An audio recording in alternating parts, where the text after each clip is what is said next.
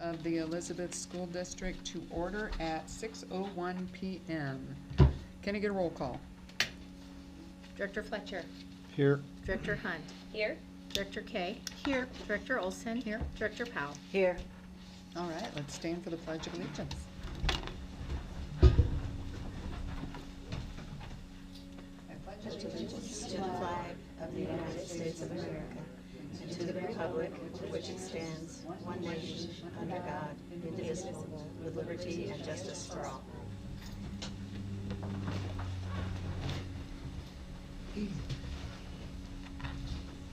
Okay, I move that the board approve the business meeting agenda for August 25th, 2026 as presented. Can I get a second? Second. Any discussion? Okay, can I get a roll call? Director Fletcher. Aye. Director Hunt. Aye. Director Kay. Aye. Director Olson. Aye. And Director Powell. Aye. Okay, I move that the board approve the Board of Education special meeting minutes from August 11th, 2026. Can I get a second? Second. Tie. Go with him. Goes to David, okay. Any discussion on those? All right, can I get a roll call? Director Fletcher. Aye. Director Hunt. Aye. Director Kay. Aye. Director Olson. Aye. Director Powell. Aye. Okay, so now to the fun stuff. We have an academic update coming from Cindy, is it Canuck? Conyu. Yes. Okay. And Nancy Smith. So excited. Love to hear about the good stuff. I know, right? So I did a little slide presentation, and thank you so much for letting me come here and share this with you. Some of this is going to be eye-opening, I think, a little difficult, but it's about where we're going. So we have to know where we're starting before we know where we're going. So just very quickly, where we are kind of in the big picture, we're not alone in having students that are struggling with reading and math. This is fourth grade reading, the nation's report card from 2024, and Colorado sits pretty much in the middle. There's the darker states are about where we are, and the lighter colored states are lower than we are. Oh. We do an entire battery of assessments for benchmark. This gives us a plethora of data that we can then use to drill down and discover exactly where our students are struggling. And then we follow this up with progress monitoring schedule that follows both best practices and Colorado statute for the READ Act. So getting into the data. This is our composite score. I put the composite score for the district as a whole and for each of our elementary schools. This is from Dibbles Next. We have a grant, the ELAP grant, that gives us the electronic platform of Amplify for K through 3. 4 through 8 is on paper.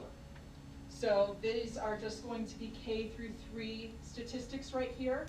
I did compile the 4-5 statistics, but middle school is still doing their testing. So I don't have their statistics yet. Now the composite score is just the overall, kind of way up in the air picture saying these kids have a struggle, but it does not tell us what the struggle is. It just tells us that these are kids that we need to dig a little bit deeper and determine exactly where the process is breaking down for them. So then we break it down into the different grade levels, and this is both elementary schools combined. So you can see again the composite score is shows that 70% of our kids are red, which means significantly below grade level. Coming in, so these are the students just entering into our elementary schools. You can see that 70% of our students don't know their alphabet yet. That is something that we see increasing over the years. It's not just us, it's nationwide. These benchmarks are set on a national norm. So, I hear people say, oh, well, it's because they're brand new to school or it's the beginning of the year. Well, all the other kids they're being normed with have the same situation. It's someone they don't know is testing them, it's the beginning of the year. So it's pretty reliable statistics for what our students know this time of year. You can see their phonemic awareness, which is being able to count the sounds in words, which we need for blending words together and for spelling words. You can see about half of our students are struggling with that, so they're significantly below. And then when it comes to the letter sounds and the decoding, almost all of our students are below. Where you see the diagonal lines in the red and the yellow, that means they did not pass enough items to continue the test, and it was discontinued. Wow. Okay. Is that, can I ask a quick question? You can. So, for kindergarten particularly, it kind of seems in a way, unless kindergarten is entirely different from when I went, which I know it is, so I'm sorry, that was a stupid thing to say, but it almost seems like this is what we would expect for Yeah, kindergarten. it's So not this unusual. isn't like, holy cow, No. they should all be coming in knowing their letters and all that stuff, because that's where they usually start. That is where they Although start, with yeah. This pre-K is and not stuff, they unusual at probably all. learn a lot, but not I enough. think it's the number of students knowing their letters and being able to do phonemic awareness has dropped over the generations because parents are more likely to put their children in front of a tablet or a device. When, you know, we raised our kids, we didn't have, we talked to our kids and we did Right. nursery rhymes. And so I think just the changing of society and the digital age is changing some of this as well. Okay, thank you. The only thing, Cindy, I would add to that is the only part that is surprising to me is a majority of our kids go to our preschool. So if you think about the money that the state has put into basically free preschool over the years, I expected to see way fewer red kids, and so we're kind of digging into, of these kids at the individual level, which ones went to our preschool, which ones went to a private preschool, which ones had no preschool. We should be able to see a huge difference. Yeah. If we don't, we've got to relook at our preschool programs. So That's good, I'm glad you're looking at that, yeah. knowing like I was at Singing Hills yesterday and they were like, yeah, 50 of our kids went to preschool. So we've got to look at I've got to take a deeper look at our preschool program. If kids are going to 3-year-old preschool and 4-year-old preschool and then coming into kindergarten, they don't know their letters, we've got some work to do in preschool. So I don't know that for sure yet. I'm looking at that data. Okay, good, thank you. Ted, I don't think your mic is on. Yeah, it's on, he's got letters. Oh, okay. Don't see red. Sometimes, some of them don't have the red, but as long as the white numbers are there, I guess we're good. As long as you're seeing digital numbers, it's fine. Yep. Okay. All right. And then we look at the first grade, and you can see that there's still 40% of first graders that are not fluent. They don't have the automaticity with their alphabet. And then we get into, again, phonemic awareness. We're very strong at that. That's really good. That's what we would expect to see. That's, I think, where our teachers tend to be very strong. But then when we get into the grapheme phoneme, the letter sound connection is where we start falling apart.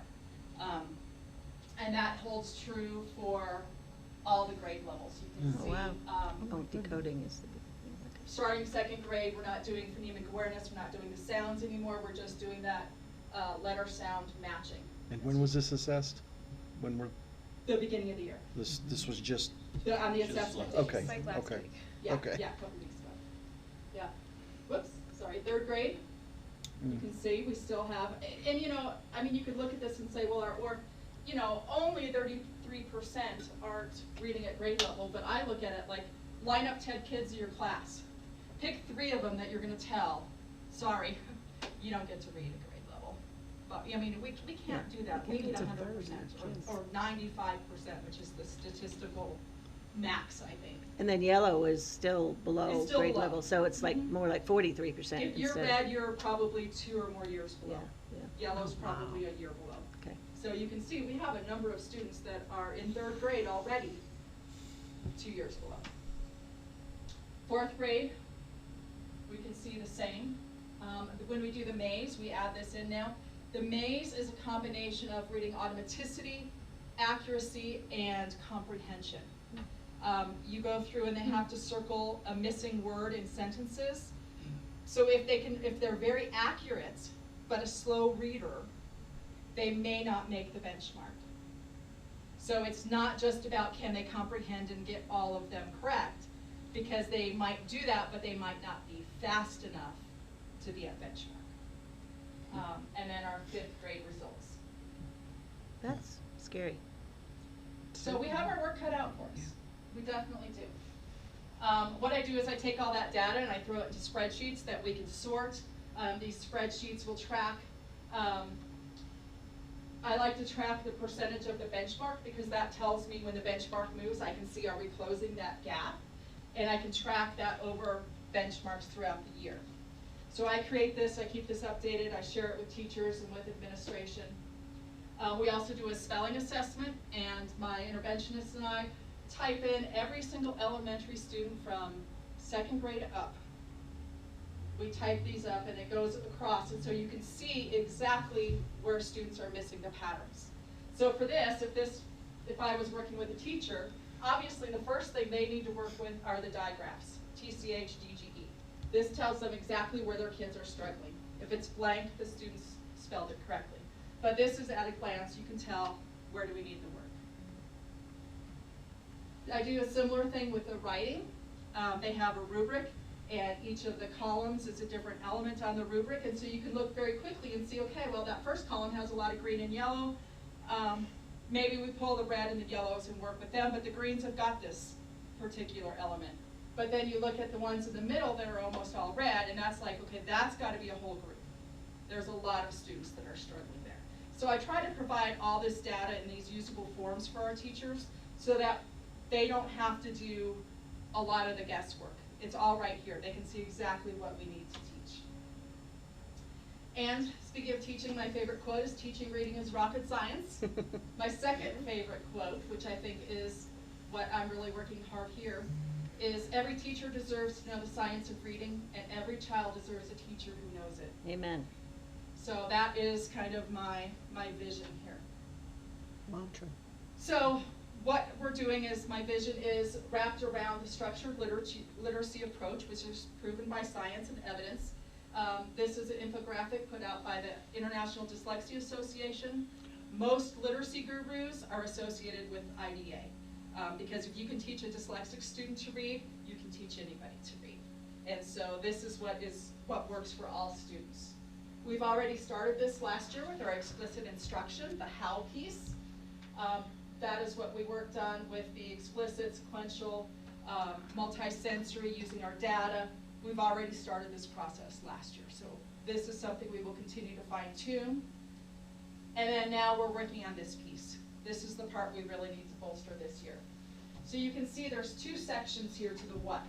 We have the word recognition, handwriting, and spelling, which is basically the words, getting the words on and off the page. Once you can get the words on and off the page, then you can go into the comprehension and composition side, where we can actually think about what we're reading. We can write about our thoughts. We have a lot of students who are stuck right here. And until we can get this shored up, this is going to be a struggle. And so we have to start with the foundation here. We'll be using UFly, which I'll show you a slide on in a minute, and morphology to deal with this side. CKLA knowledge, and then we'll be adding a program, it's a framework called Releasing Writers in September to handle the composition part. So UFly, it comes out of the University of Florida. It's well researched, it has a lot of evidence behind it. It's a two-day cycle for each concept, and there's 2 concepts a week and a quick assessment at the end of the week, so you can tell where students, did they master that? And then it's designed to scaffold. So if they didn't master it, you're going to hit it over and over and over again. So it doesn't require mastery the first time. It gives them many times to master, because some of our kids are going to need, I mean, if they're struggling to read, they could need 400 repetitions, where a good reader would need 4. So it's important that we have the scaffolding. And each kid kind of moves through it at their pace, It's going to be whole class. whole class. Whole class, and then, so that's our literacy block, and then we'll have interventions Okay. that will move at their pace. Okay.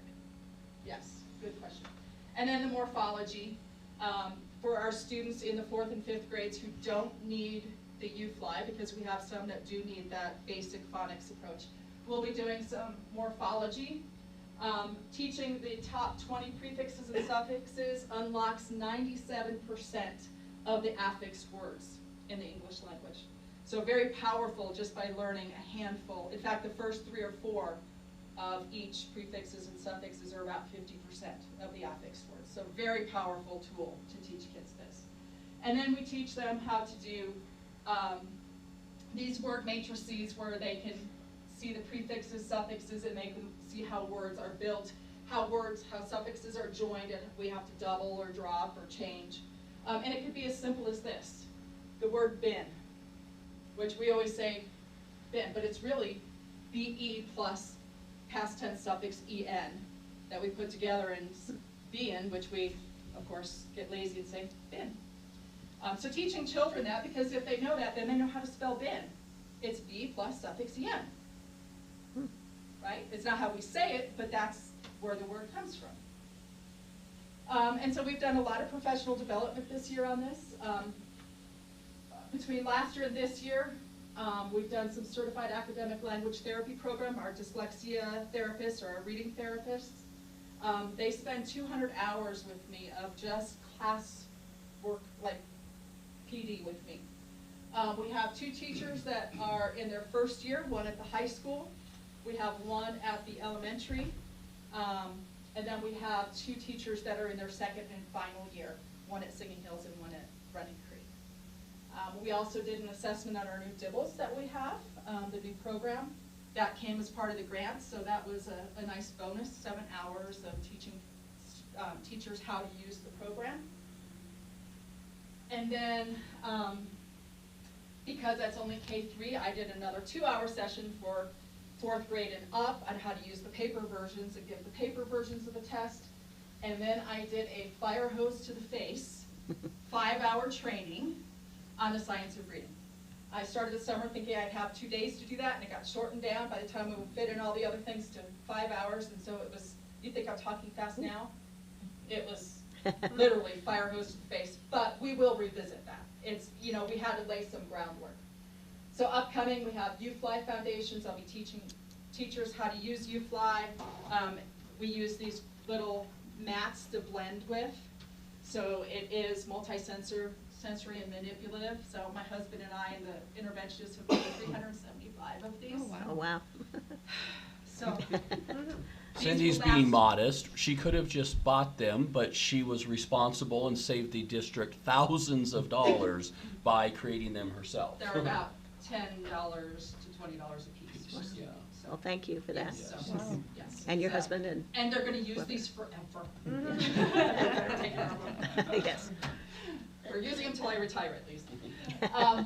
And then we'll do read plans and SMART goals so that we make sure that our read plans are compliant with the state. Some morphology training, more work with those matrices I showed you. In September, we'll be adding Think SRSD, which is now called Releasing Writers, and Savannah, who is the assistant or the dean over at Singing Hills, is going to help me with that. She's used it, so we're going to team up together to do that. We're going to do more science of reading, and the most exciting thing I think happening for us is this CAT study. So it's called the Knowledge Acquisition and Transition Framework, and our middle school has been accepted as part of the study. Good. So this is a government-funded study.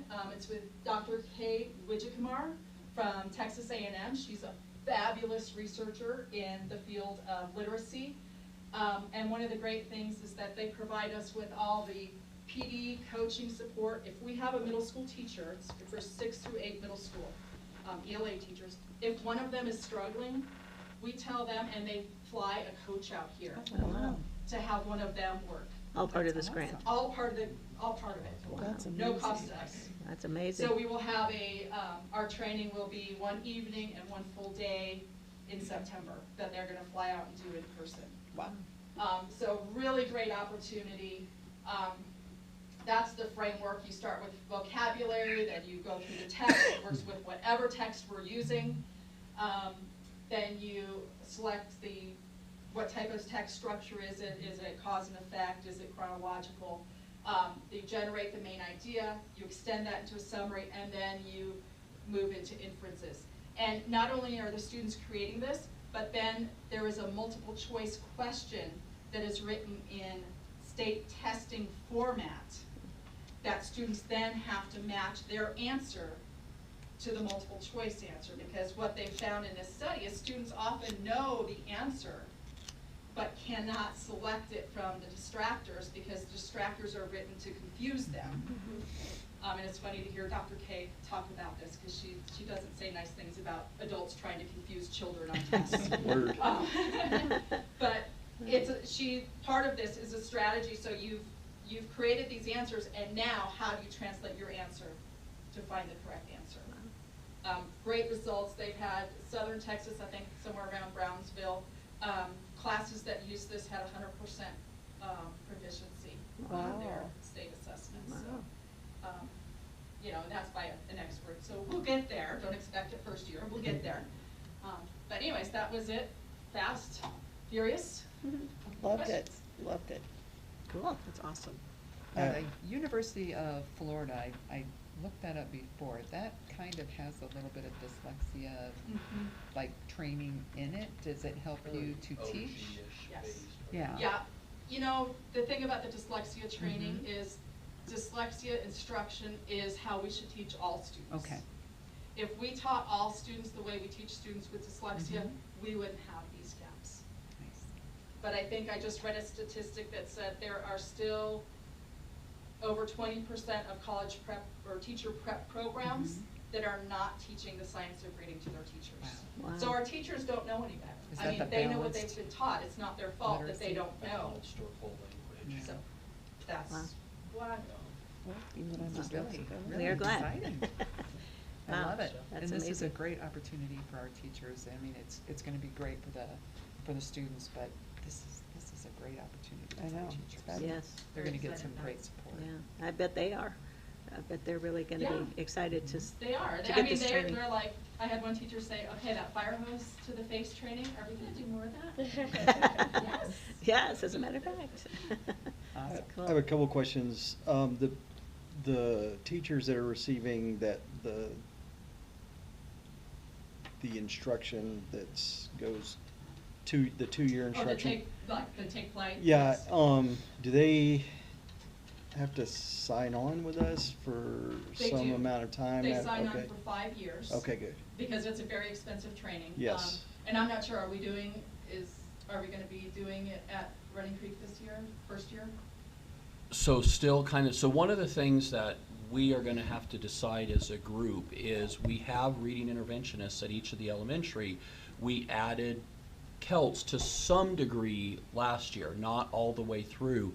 Cindy has done a great job in continuing to train. We are gonna have to decide if we wanna prioritize that in a budget or not. It's not cheap, but the take flight training that Cindy prepares people for puts kids in a 2-year program.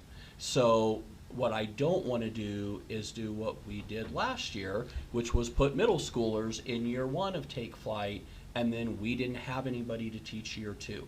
So if we are going to commit to this, we need to always be committing to it 2 years in advance. Or otherwise, we get kids into it for a year, the kids get excited because they're finally learning to read, the staff and parents get excited, and then if we turn around and say we don't have the money, we're pulling the rug out from under them. So we've got to have a longer resource conversation about whether or not we're committing to something that, if we do right, is probably about $400,000 a year if we're going to have one person trained at all 4 schools. So you're literally making an $800,000 commitment because you can't start year 1 unless we commit that we are going to let them stay for year 2. Wow. And the training is So, free. I mean, it's my salary. They're my contract base. So in the sense of the training and the materials, there's no cost to them. I mean, there's a little bit of cost for materials, but the training comes from me as part of my contract days. So what is the $400,000 for? The staff, it would be so we have one at Running Creek, one at Singing Hills. Oh, so you're talking Cindy has salaries of trained having one those at 4. the high school, and then we'd have to decide if we want. So last year, we used an outside contractor at the middle school at an ungodly cost that we just couldn't afford. And so if we want to have 4 staff members, a highly trained reading interventionist who's now a Celt, salary and benefits is probably about $100,000. So if we are going to have one at each school, it is going to be a rotating $800,000. Every year we got to decide, are we willing to commit $800,000 over the next 2 years to do that? They're currently on the regular teacher salary. Teacher scale. but there was a promise that was made that we would move them up. We obviously were not able to do that this year with the situation that we were in, but if we're gonna move these forward, this would be in our hard to fill or possibly even extremely hard to fill position, similar to a special education teacher or maybe even like an SLP or a center-based teacher. So it's a discussion we've got to have and decide whether or not we move forward with that. I think the promise that was made to them is that they would be moved to the special education scale, Yeah. which is a little higher than Right. the teacher, but right now they're all on the teacher scale. Yep. And that 100,000 includes their benefits. Yeah, I So would say the for benefits would probably be the same if it was a regular teacher versus the other, so the benefits part. except para. Para's Yeah. gonna be a percentage yeah, of that's your true. salary, That's true, so yeah. if we're gonna pay a special education teacher would be our hard to fill line, you're probably talking about 100,000 a person. Okay. Okay. Yeah, Well- and again, it could be we decide just to do it at the elementary or just the elementary in the middle. There are other programs from the company that does take flight, Boost and Blitz. No, that's a different Or company. that's a different company, Yeah, this- but similar type Their interventions were take flights of therapy. of therapy. So we have options, we've just kind of got to decide whether or not we want to put that type of money into a dyslexia therapy versus traditional reading intervention is probably the right way to say that, so. And those decisions will need to be made around the time we're talking about next year's budget, Well, or before. no later than that, it would be better to have, because right now we've got to decide, so right now as we're building interventions, we are putting kids in traditional reading intervention and we're putting kids in year 2 of take flight therapy. We have not started any year 1 of take flight therapy because again, if we can't commit to keeping it through the following year, we do not want to set kids up into a 2-year program and then not be able to do it the second year. Because I know one of the things we've talked about was, if implemented correctly, the traditional intervention can probably help a lot of kids that might not have to go into take flight. So how long might it be before we could see if the way that we're executing this systematically is effective?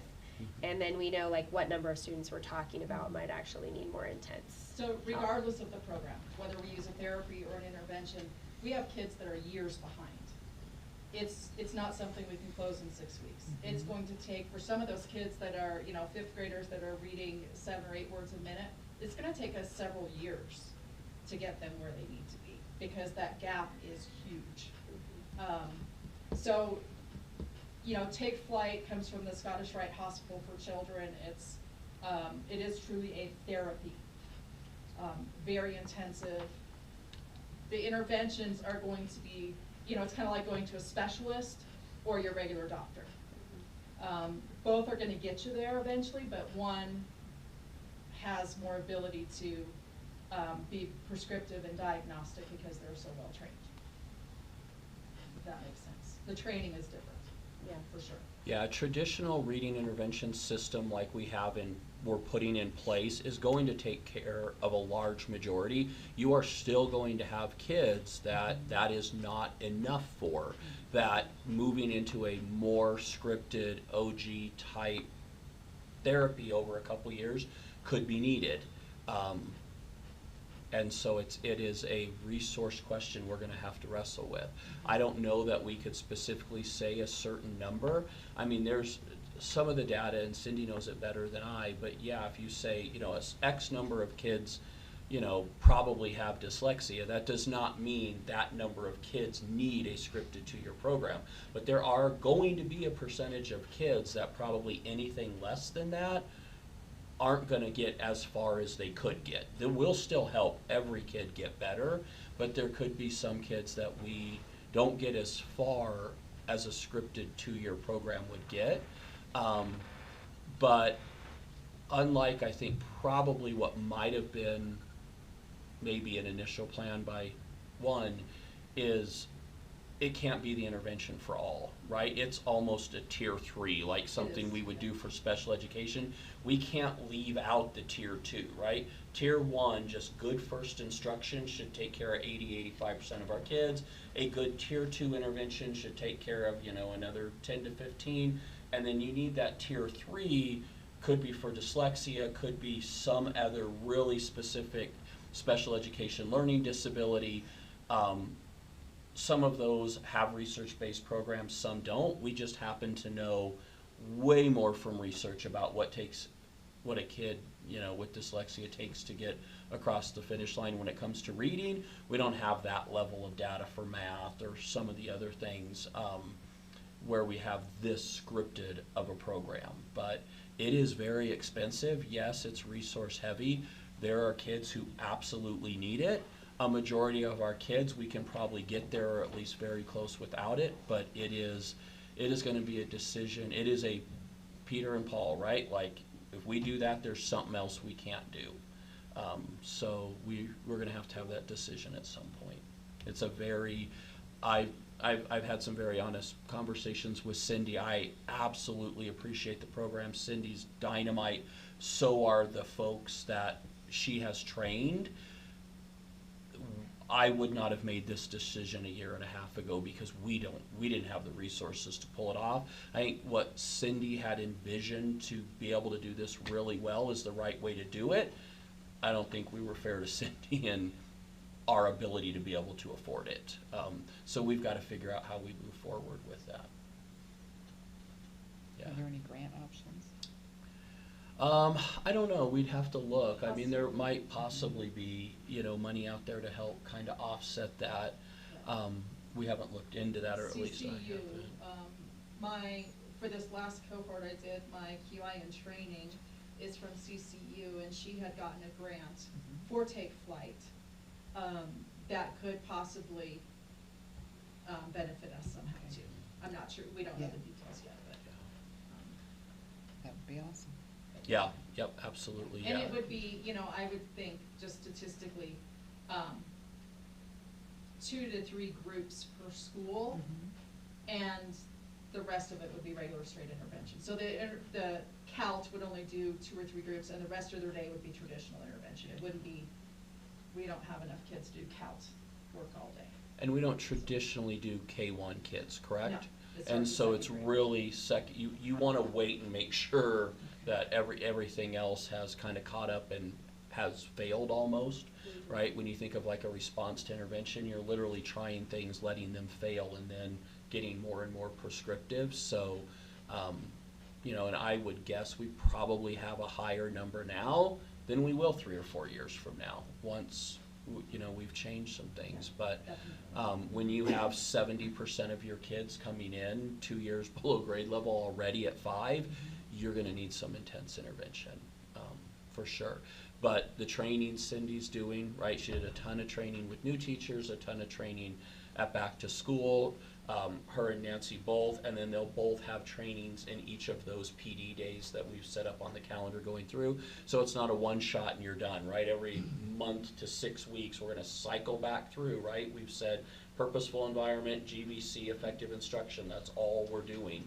So we'll be cycling back through those. So although they got a 5-hour fire hose, they're going to get a couple hours every month of continued training. So we'll get there. We're just going to have to decide,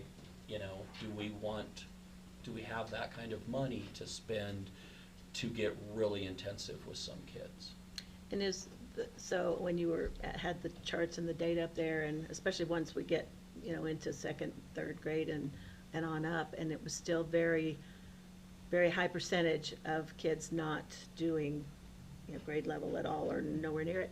So is that because we just really have not taught the science of reading? Is that the methodology has been? Yeah, the methodology, I think, leadership, there's been, like I know, especially at RCE, a lot of turnover, and so a lot of teachers kind of did.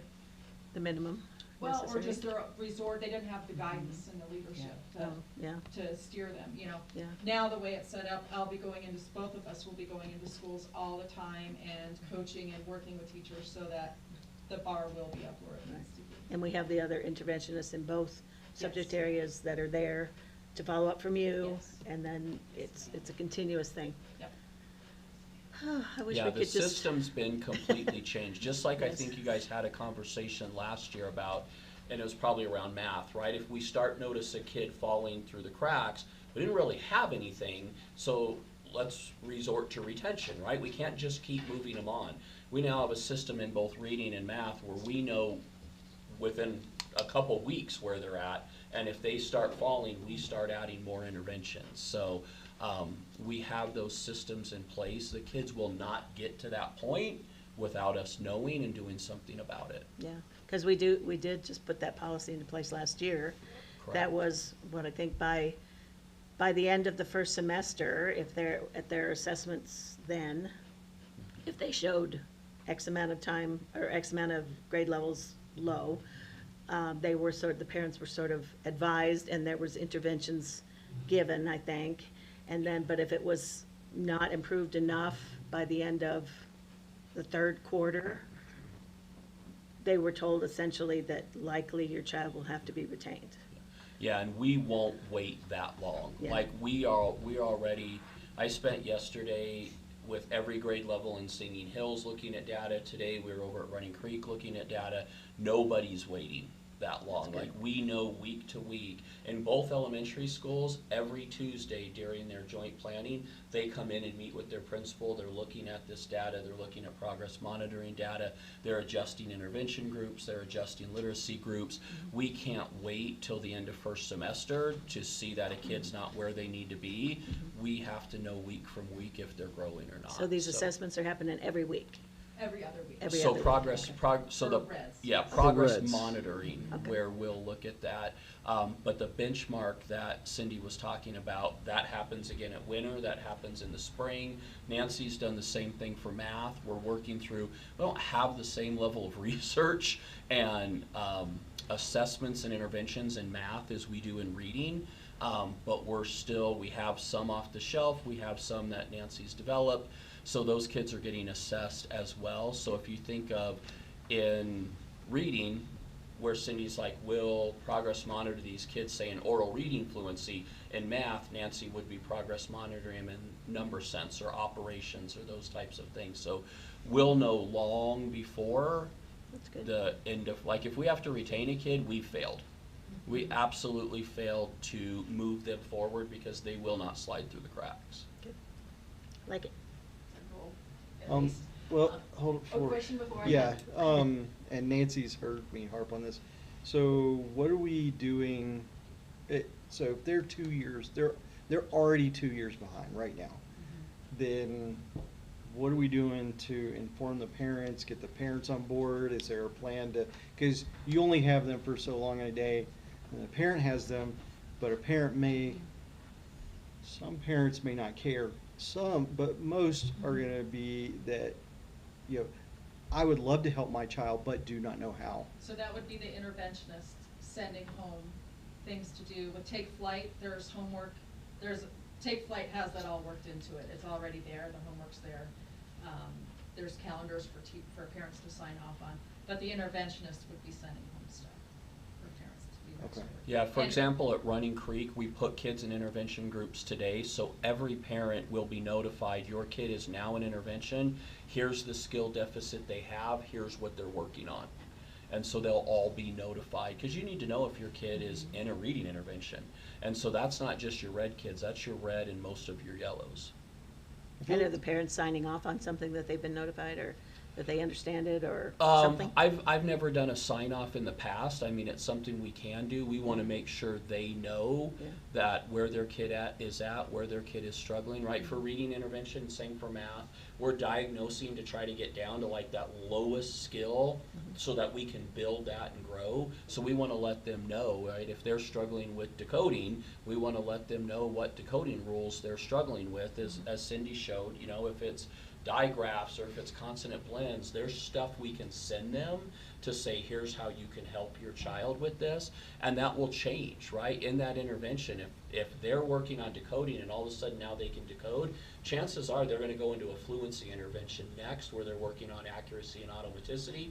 So then we'll have stuff to say, here's how you could do repeated readings at home, right? Read the same one paragraph story every night for 3 nights. So we'll not only notify them that their kid's in intervention, but what skill they're working on and how they can help.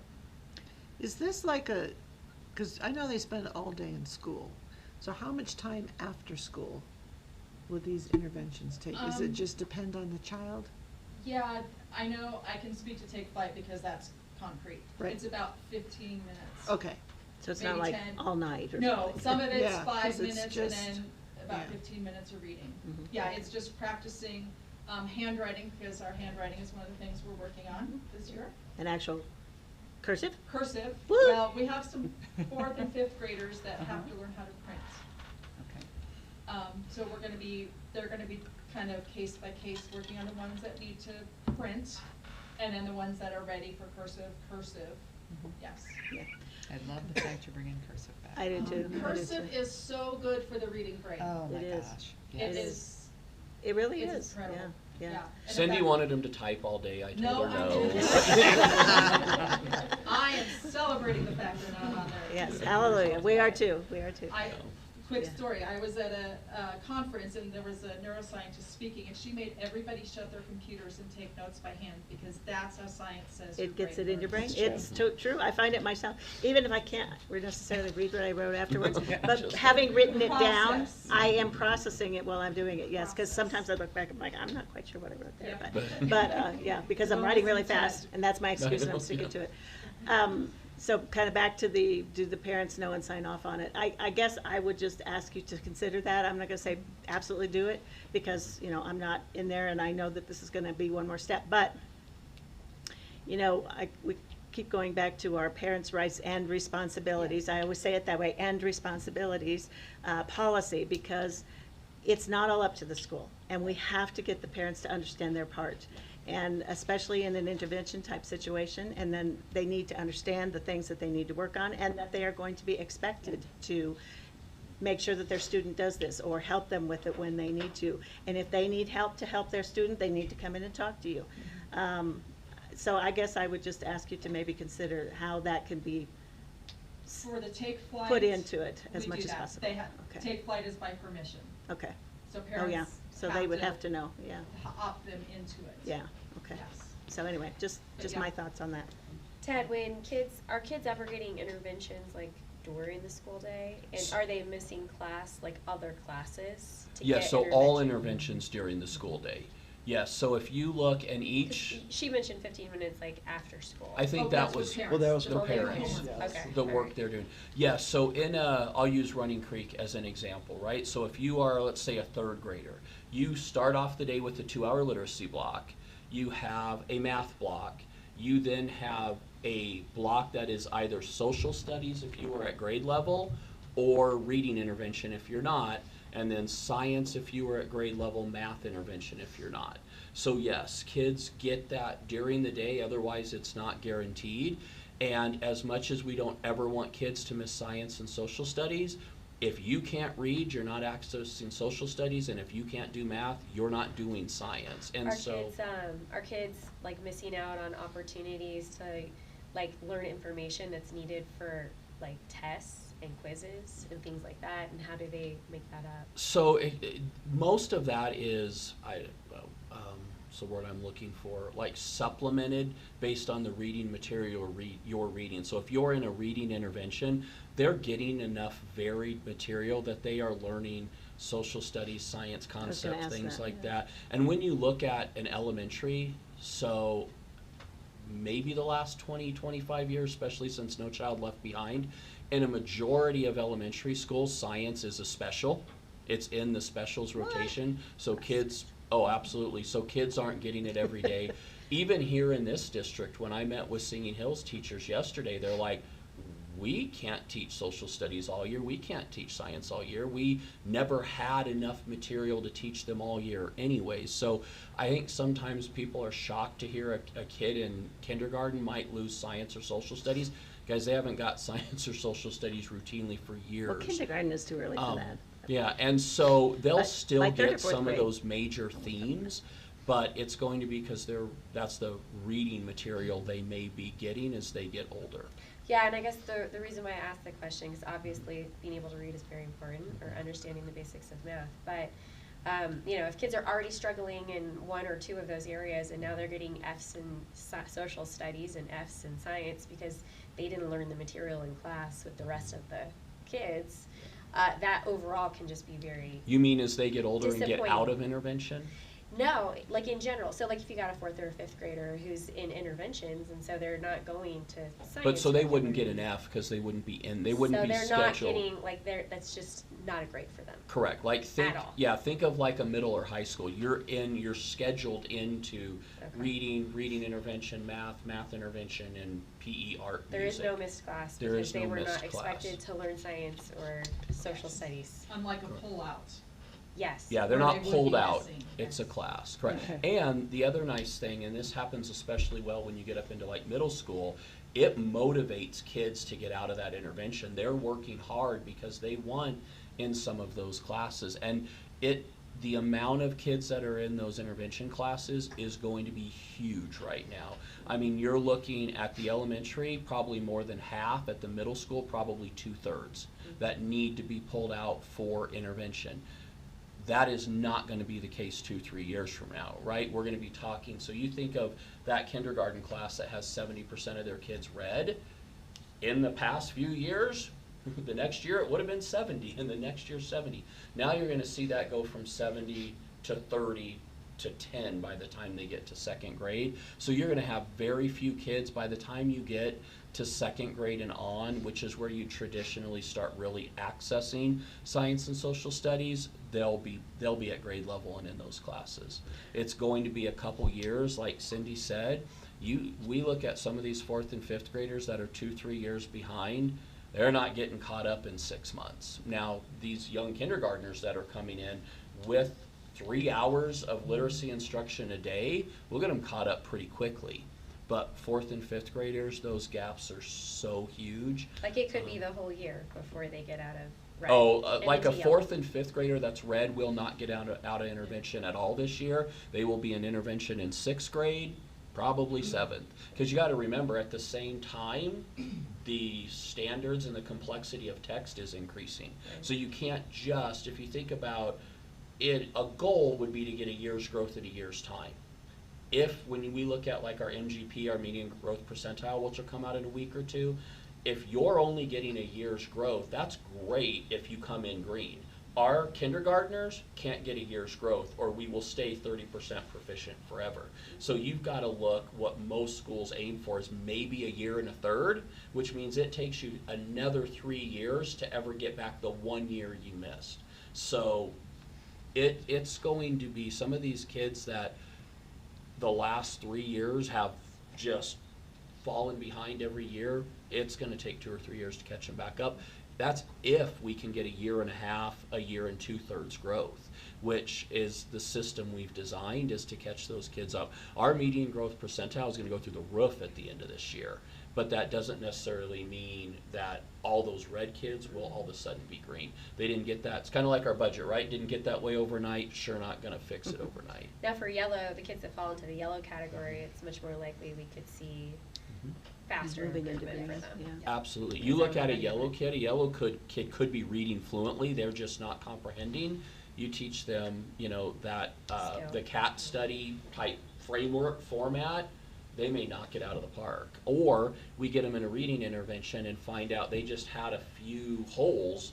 We fill those holes after we diagnose them, and all of a sudden they pop back up. But we've got, 8 5th graders at Running Creek that are reading less than 25 words a minute. Oh, wow. Like Oh my that's, you should be reading what, 120 words a minute by that grade level? Yeah. At What- the beginning of the year is like 87, but Yeah. by the end of the year. Yeah, and so you're not gonna get a kid reading fluently from 9 words a minute to even 90 anytime soon. Those were some of those, and it's not that it's a foregone conclusion. Those gaps are so much easier to fill when they're younger. What would have taken Cindy 2 days with a kid to fill that gap is now gonna take someone 6 weeks. And the thing to know too about the interventions for those kids that are multiple years behind, they will be plateaued for a very long time because they have so many holes. It's not like I can teach them this grapheme or this grapheme and it's gonna magically come together.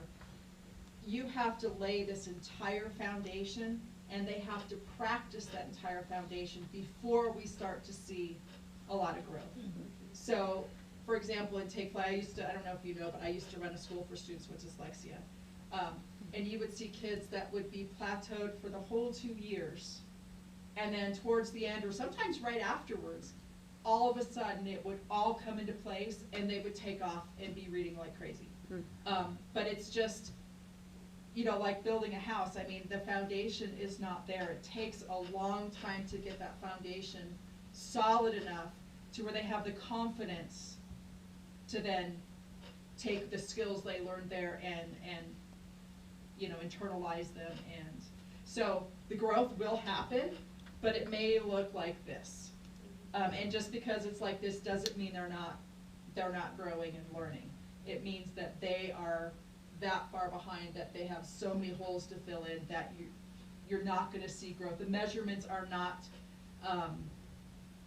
detailed enough to pick up the growth that they are making yet. That makes sense. The ceiling's too high. I always get those backwards. Well, and Cindy brings up a great point about confidence. In talking with Bridget Cole over at Singing Hills, who's like or Running Creek, 27-year veteran who's leading our 4-5 team, she's like, the lack of confidence, the learned helplessness. Like, imagine 5 years of school and you still can't read. How frustrating that is.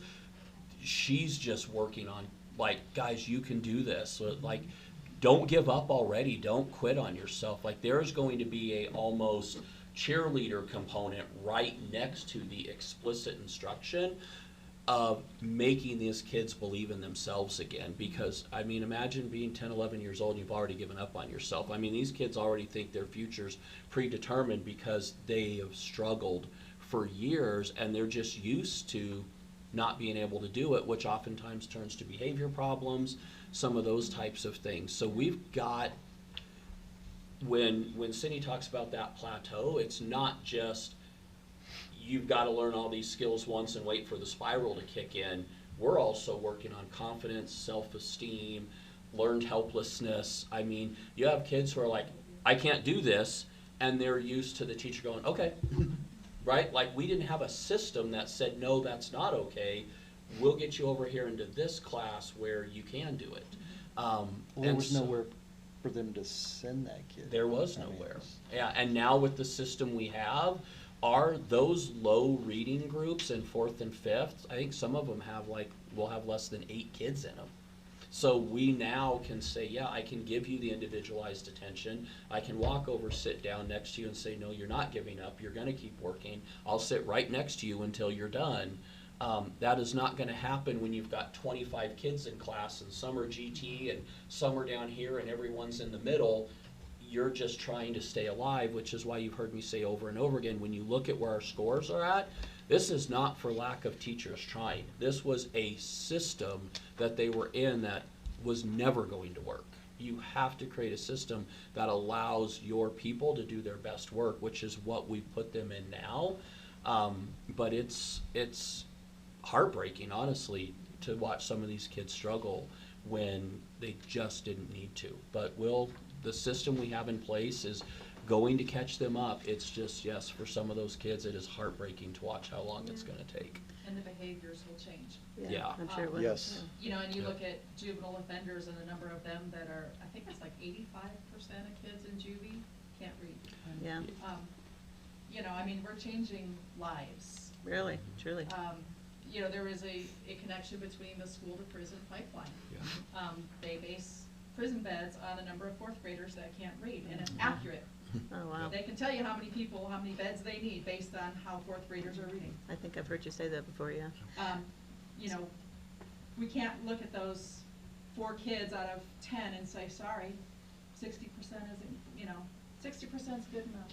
And that's what kind of broke my heart when I went over to Running Creek and I got to see the war board, and it's got, you know, all these little dots are in the red, and each one of those dots has a kid's name on it. I mean, that's their dot, and their future is nothing if they can't read. Right. Yep. Absolutely right. Do you have built into your system somewhere, like resources for parents who need help to help their kid? Because there are some parents who don't really know where to start with that. I have a dream of having a web page, like a thing on the website Mhm. where we can put all of that up. Love it. Yeah, because honestly, That's- you know, one thing that I've heard from a source that is kind of along this whole line and the whole, you know, that some of these young parents particularly, they grew up in the non-science of reading era, and they really can't read that well. And so they don't like to read to their kids because they don't really read very well. Right. And we've got to help them too. Mhm. And so I would love to have resources Yeah. so that they don't feel helpless either. Yeah, I would love to have, we talked about that earlier in the year, having like an academic page where we can put all these tools and resources for parents out Love it. there, and places they can, you know, turn to, the Reading League and other places that have resources and support for Love it. kids who struggle. Yeah, luckily Cindy has more resources on reading than any individual I've ever seen. I don't think Nancy has a place to sit in the office because Cindy's got Like books. a drawer. She got gets to sit on books top and of a stack of boxes. books. Yes, Well, and I and know we had a math night. Have you Yes. thought about Yeah. having a We're gonna- reading night? Yeah. And Yeah. another math night, we We're want to have. having, if it was up to me, it'd be once a month or more. Mhm. Yeah. We'll get up to that. Yeah. Yeah. Once we finish. That's good. Yeah, I heard that you were going to probably have math night, so I want to hear about that, so. any more questions for reading before we move on to Nancy? Now we can start grilling you. I get so excited talking about this stuff. Maybe All right, you we'll guys, Wonder probably Twin powers. break us up when we're talking. I'm Nancy Smith. If you have not met me yet, I want to say thank you for the privilege of coming in. I feel like this position itself is just taking a little bit of everything that I love, and they made a job for it, and I'm just so thrilled to be able to come in and do this. I went to the North Carolina School of Science and Math in North Carolina. I graduated from there in high school, but I have had just the unique privilege of teaching preschool all the way up to college math, and K through 7, I taught a little bit of everything. We lived overseas for many years, so I taught in the Eastern European system as well, and so I've just seen a lot of things. Now, I don't have all of the data as much as Cindy has, but I've just seen so many things. I also have a sports background, and we met at summer camp, so a lot of my ideas and things about how to do it, Ted has talked about in elementary school they should play and then they should do play, and I want to get games and play and math all brought in together. That is my goal for us in the district, so I'm really, really excited to be able to do some of this and make math fun. Because we all sat through a math class for 7 that were not fun. But before I jump into that, I pulled this test question off of CMAS practice test. This is an 8th grade practice test question, and I just want you to see how important the symbiosis of literacy and math is, because if we have 8th grade students that are in the red, can they access this? No, it's not, it's impossible, regardless of the math. It Yeah. doesn't even know what their math Can't even is. read what the question is. Yeah, you can't, and I just spent the last 3 years in Aurora, working with a lot of kids that didn't speak English, reading trouble, same things. We had a lot of success. We had to push them really hard, and so I want to bring some of that here. But most of my kids would have been like, oh, that's like more than a sentence, I'm done. Boop, like B, there we Yeah. go. And I imagine here that we got a lot of kids that do the same. So I just wanted you to see how important all of this is, putting it together. To give you a background,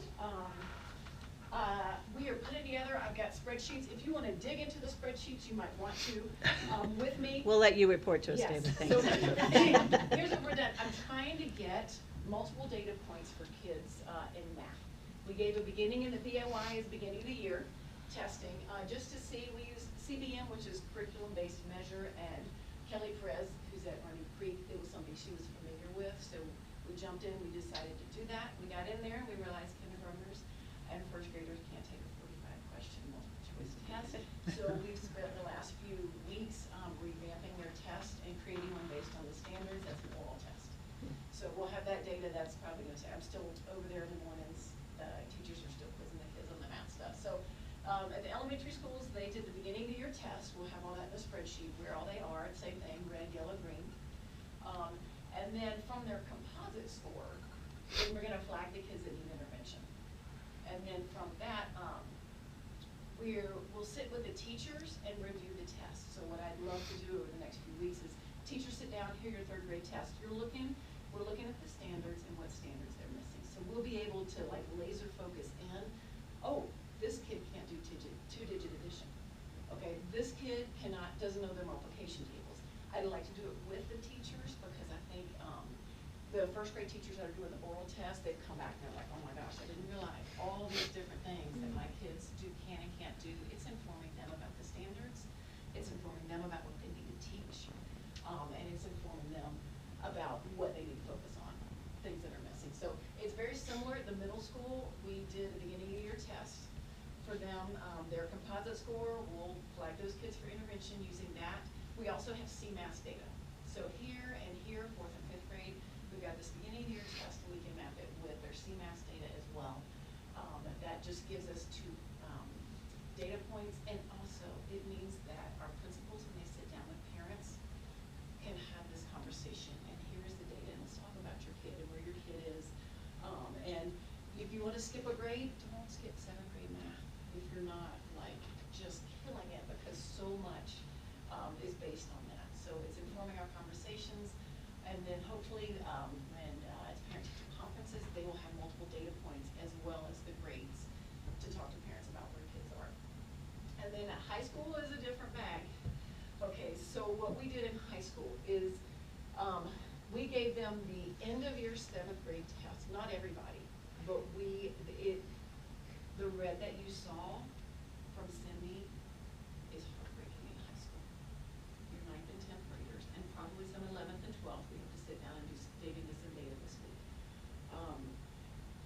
Most of them failed the end of grade 7th grade test. Mm. And I'm like getting worked up. Tam told me on Friday. I came home, I was like reading this test, and I just want to cry.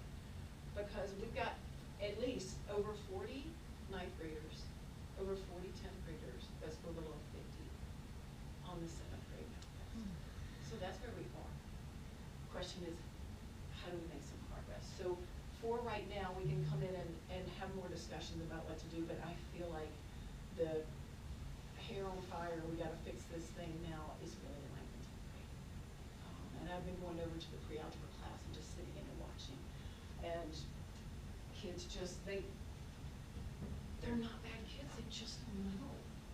And there's so many of them, it's hard to figure out how many to attack. I'm gonna get worked up. And pre-algebra, I'm trying to remember, that's like positive and 7th grade negative math. numbers, that's just number line. It is I mean, everything they didn't get in middle school. You can't access anything in high school if you don't have that.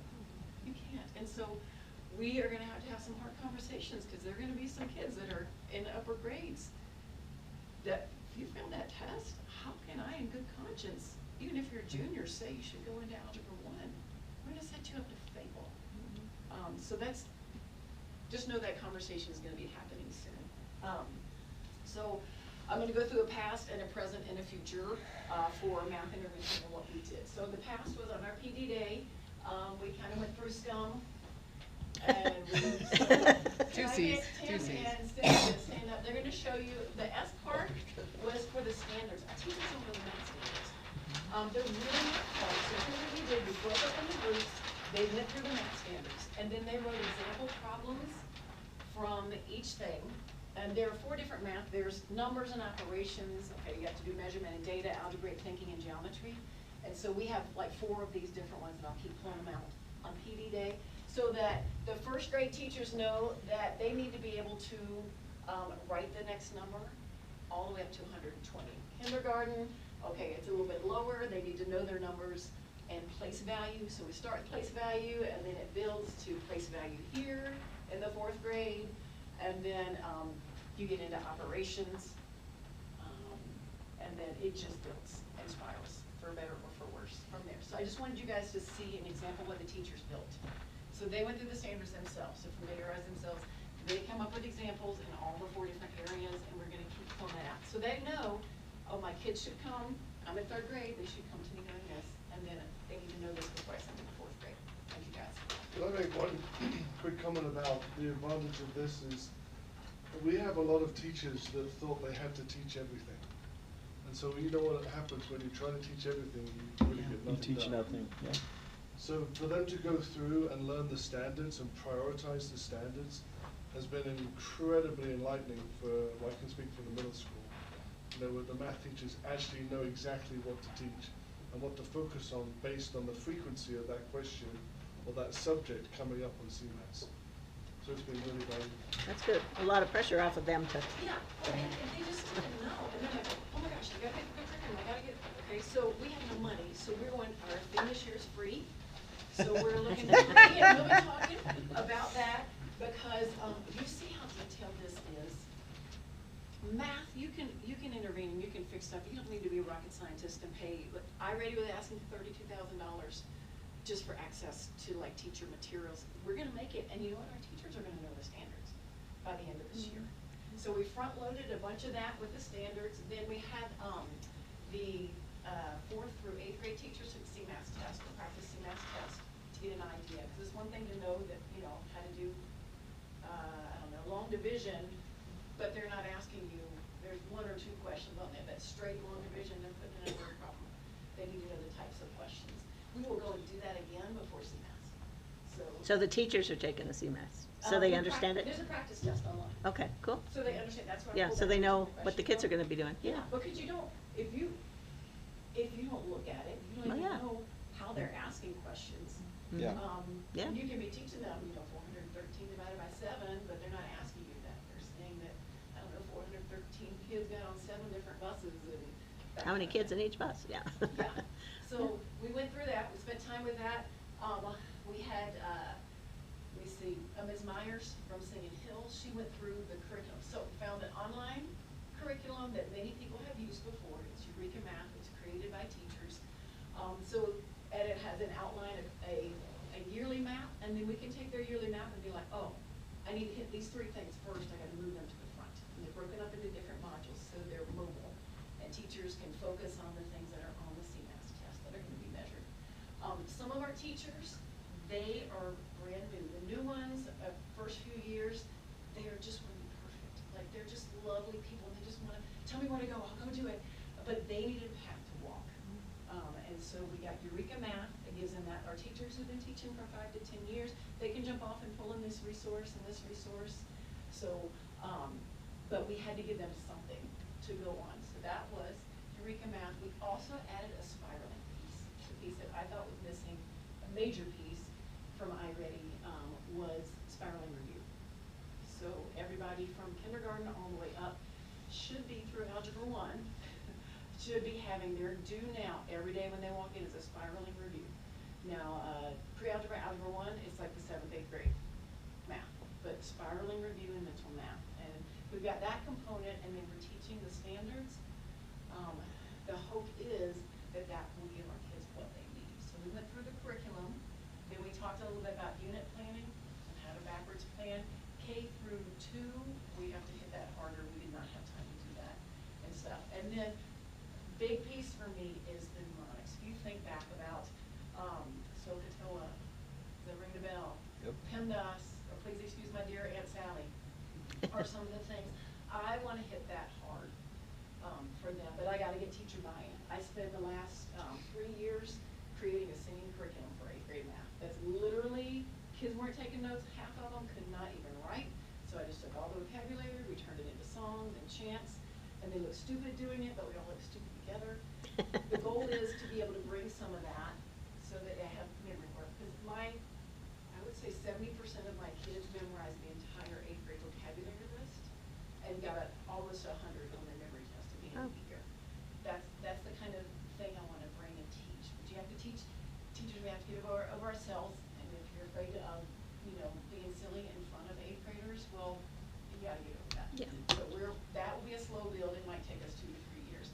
But what we need is our 4th grade teachers talking about division of fractions the same way our 8th grade teacher is. Yeah. And then that way they're not having to Consistency. redo, Yeah. they've heard the same words. Yeah, you which can't is have insane. one breaking the other, yeah. Yeah, because and that's part of the problem is communication. We'll get to that. So anyway, in games, I partied in grad school, built a sports algebra curriculum, and so if I could get these teachers, instead of just here's your worksheets are safe. gonna slowly move them into play and games, because there's no reason you couldn't be marching and counting. And whatever, every time we line up, we should be counting in kindergarten and first grade. We just have to teach them to be thinking that way. So that was their professional development. High school went through the standards and just put together curriculum maps for their classes. They do have illustrative map, which is free and online as a baseline for them. Some teachers love it, some teachers hate it, but they're gonna be building common assessments. So however they choose to go about teaching something, as long as they're getting to the same place, they're gonna be good. But that'll be a continuing conversation. Just So so are you there- know, you have kids, 11th graders that have gone through integrated 1, 2, and 3 that have never heard SOHCAHTOA. Oh, and that's just Yeah. sad. Yeah, that's beyond sad. But, I mean, think about things that you learn, and I had to figure it out because I had these kids that just, they wouldn't write anything down, they wouldn't do anything, there was no accountability, and I had to find a way to get them engaged and get it stuck in their brain. And so the science teacher was coming to me like, will you please stop with the songs? Because every time I said the word slow, they started singing to me, and that's what I would ideally like for us to get to.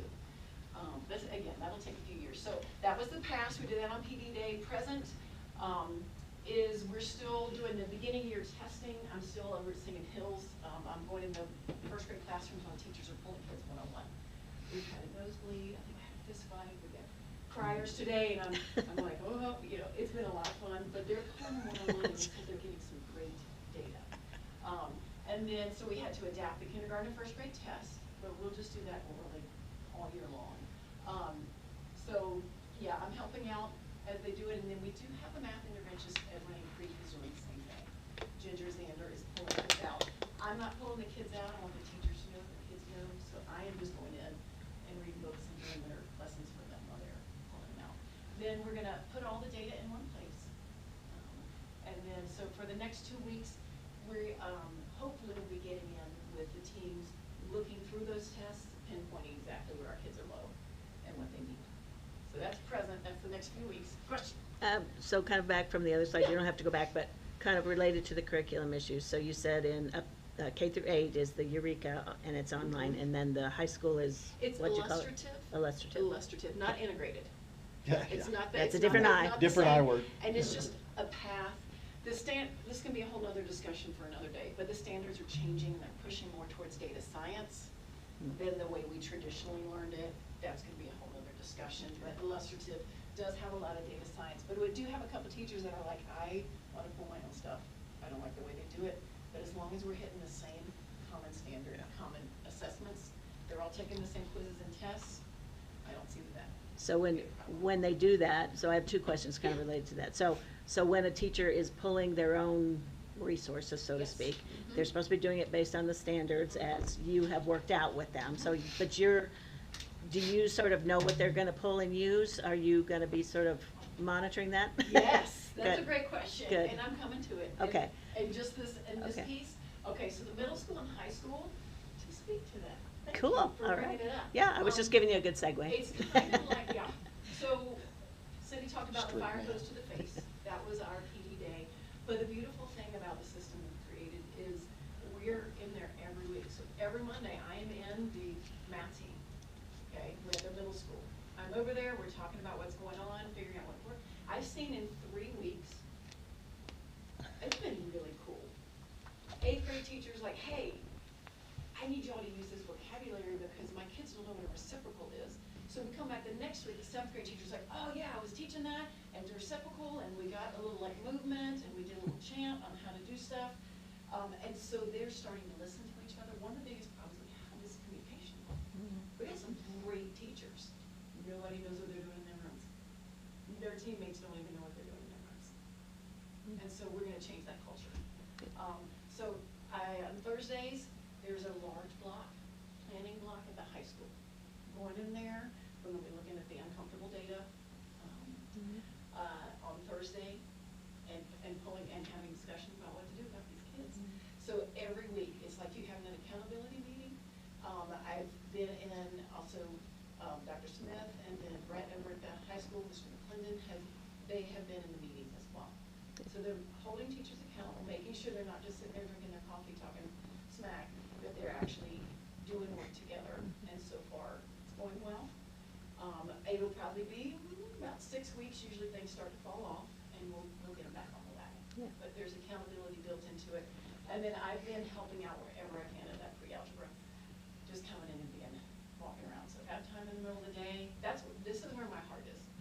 I love every single age group, but I have a heart for kids who hate math, genuinely. And so whatever we need to do, I'll be doing intervention at the high school at a block in the morning. The only time we can make it happen is during their advisory time. And do we have any of this group work on programs, problems?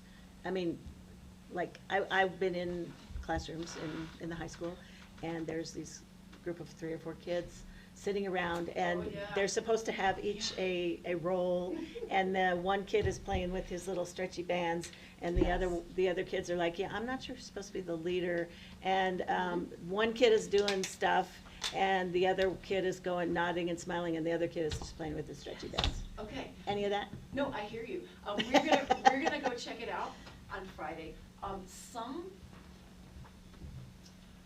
I say this? I have some teachers that really love that. And what's gonna happen this year is we have told them, you must do explicit instruction. You must stand up at the front. They're all gonna have a notebook from 4th grade all the way through high school, should bring home a notebook. And it says what we did today, and it's got example problems. So when you're crying because you can't understand your homework, your parents can sit with you and do So that's how the kids are, that was my other That's a part of the question big before with the change curriculum. we're making. So Yeah. that's how they're gonna kind of have notes Yeah. in their notebook that they show the parents. Yes, and That's good. again, break your heart. Pre-algebra kids this week. I've never had to take notes in math class. Why are you making me do this? Nancy, can I make a comment on that? Because Yeah. I think this is really important. I think having a viable curriculum, number one, is really going to change the way that teaching is delivered. I think standards-based instruction is really changing already the way that instruction is taking place in the classroom. And those 2 factors alone will change the classroom dynamic in really profound ways, where there will be direct instruction. There isn't just busy work or collaborative work to fill time. Yeah. There's work that's purposeful. Yes. It has an objective-based outcome that's based on a standard. Exactly. And There's no that's- point in sitting in class that's- just to kill time. And that's Well, why we That's really important. Yeah, and here's the reality of math is that even if you've got 2 kids there who still don't get it, it doesn't, you keep working problems until the bell rings. It's good for everybody. Every kid in there is going to benefit from working it. Put them up at the board, let them work one and show their fellow students. I mean, it's that everybody benefits from the practice, The so. cool thing is, one of our new teachers coming in has got whiteboards around the whole room and has everybody out there Oh, cool. accountability. I hope by the end of the year, gonna convince all of our middle and high school math teachers, they need to have individual whiteboards. So you're showing me, I can see immediately, you're not trying, we need accountability. And that's what we haven't had, and that's why we have Yes. the problem that we have. If we have a teacher who does not want to get on board, then it's been very clear from Ted that when they come in, they're gonna be in rooms a lot, they're looking for explicit instruction. If you're not doing it, we'll have a conversation, and we're not waiting till the end of the year for an evaluation saying you didn't do it. I'm gonna be in there a lot, but we're gonna have the principal and assistant principals over there, they've been in almost every meeting. So we're gonna get in classrooms, and if you're not doing what we've asked you to do, there will be many conversations going. Yeah, and I think many of us as can be, we're gonna be in there, not, all the time regularly, but I think a lot of us plan to be in and out of the classrooms. And I don't mean just bopping in 5 minutes. I would like to go in and sit there and That watch. would be beautiful, because if you never know when someone's coming in, Mhm. you gotta show up every day, Mhm. you're a game. Yeah. You can't just Yeah, fluff it. yeah. And so that's Surprise. ideally, I know, I'm so excited. Then they'll start with a spiraling curriculum, and they're finding they have to go back, that should fill in gaps, but it's taken a long time for those juveniles. The planning based on, most commonly tested standards, we talked about the notebooks they should have. So I'm getting into Singing Hill's 4th grade, and they don't have a notebook for math. We're gonna have a conversation about what that would look like. And then exit tickets to inform instruction, even if it's on your whiteboard, everybody, whoop, one last question, you got it, oh, I need to work some more with this kid. That should, if it's enacted, that should improve our basic classroom instruction. Any questions? That's what's presently going on, hopefully. And we'll be in there. And in the future, my acronym is CREATE, but not quite CREATE. What would that be? Cindy's like silent. We had SCUM before, and now we have CREATE. So I like acronyms, they help me remember what I'm trying to say, so I'm gonna be coaching that. So we gotta have conversations, again, we're not having conversations, but once that high school math block gets in there, and they start taking some common assessments, and we start looking at the common assessments, and I'm doing things the way that you mentioned, but my partner over here is doing it this way, the data's going to be there for itself. Another thing to speak to that I didn't mention was we're gonna try to take SAT beginning of the year, SAT the end of the year for all students. A lot of students are opting out. We need a way to measure, because if you go to a teacher and you say, you're not doing great, you have no data to back it, like, you're not helping them become a better professional. So we're gonna try to have that piece of data as well. So we're gonna have the kids just outside of the regular SAT process, we're gonna have them take the SAT test? They get practice I like free. that. Free Yeah, practice free online practice. I tests. like that. Free. Good. Free. And then maybe they'll start thinking, I might need this for college. Maybe I should knock out. That's Yeah, the really, goal. we need more people to We're take gonna be it. looking at rigor, and that's coming into the classroom a lot. Being in classrooms and then planning common assessments, so I can't have somebody over here who's, half-assing it, sorry for lack of a better word, and other people over here that are really going. My goal too is to get them in, if I can come in and cover your class for 10 minutes, go watch. And you go, oh, this is something really cool. Maybe I should up my game. I'd love to be able to do that as well. Engagement, this is the biggest piece in high school, is they're just checked out. And if you don't have a way like whiteboards, where everybody has to be in on it, we're gonna be doing that, building mnemonics and games, and then the accountability piece, the SAT pre and post test at the high school, so we have some measure of progress. We haven't had that, so we know, we can't just say, well, it's not going, we'll have an actual measure That's of good. what's going well and what's not. And then they're in team meetings, it should be, the middle and high school are in team meetings every day. Every day, they should be meeting as a team, they're already like, well, can I? Every day, you're meeting as a team, and we've got a running document where they're supposed to log in and let us know what they did during that time. Cool. That's future. I'm gonna warn you, if you come over here and tell me it's going great, or you come over here and tell me it's going badly and you have no data, I'm not gonna. That's okay, we're gonna get you some data, I've got some data, we can sit down and do a data discussion. So we're also, on those PD days, I wanna teach them how to differentiate for the kids in their class that are the smarty pants kids and need a little bit more. I want to force them to get into the standards and start thinking about mnemonics and games and how you can gamify this. I want to make sure, if you're, again, kindergarten, first grade, second grade, you are counting every time we're marching, every time we're lining up, every time we should be counting. Every time. So those are pieces we're going to build in, but we're going to have to teach teachers how to do it. But I'm excited. Cool. Yeah. What questions do you guys have?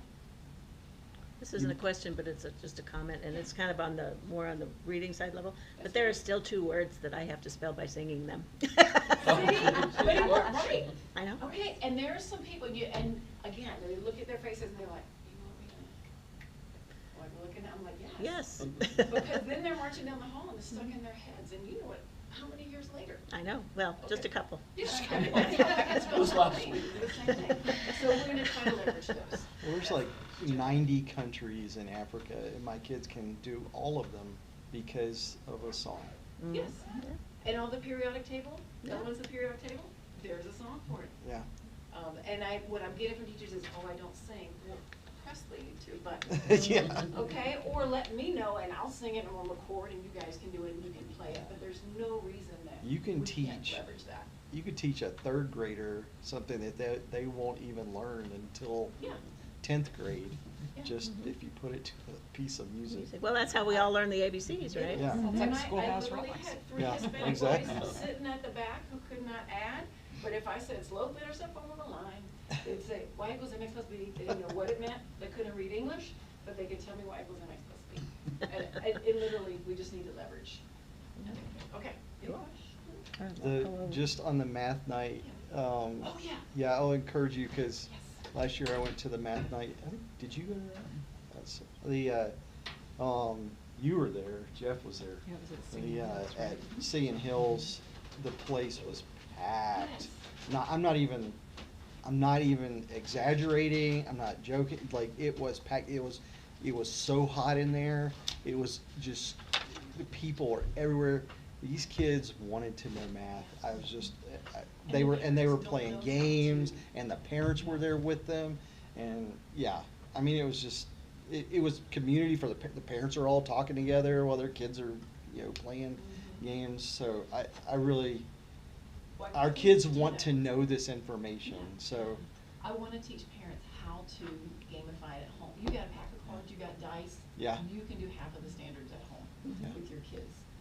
Play Yahtzee with them. And, yeah. That's 5 dice. Mm-hmm. You gotta add all of that. Also money. We've got to just talk to our parents about, just choose a category in their budget, like restaurant or grocery or something. And I just want to, we can have a grocery store night, and I can talk you through, here's what your kindergarten can do, here's what your third grader can do, here's what your middle schooler can do math-wise by the time you get able to competition, so it gets closest to the amount when you get to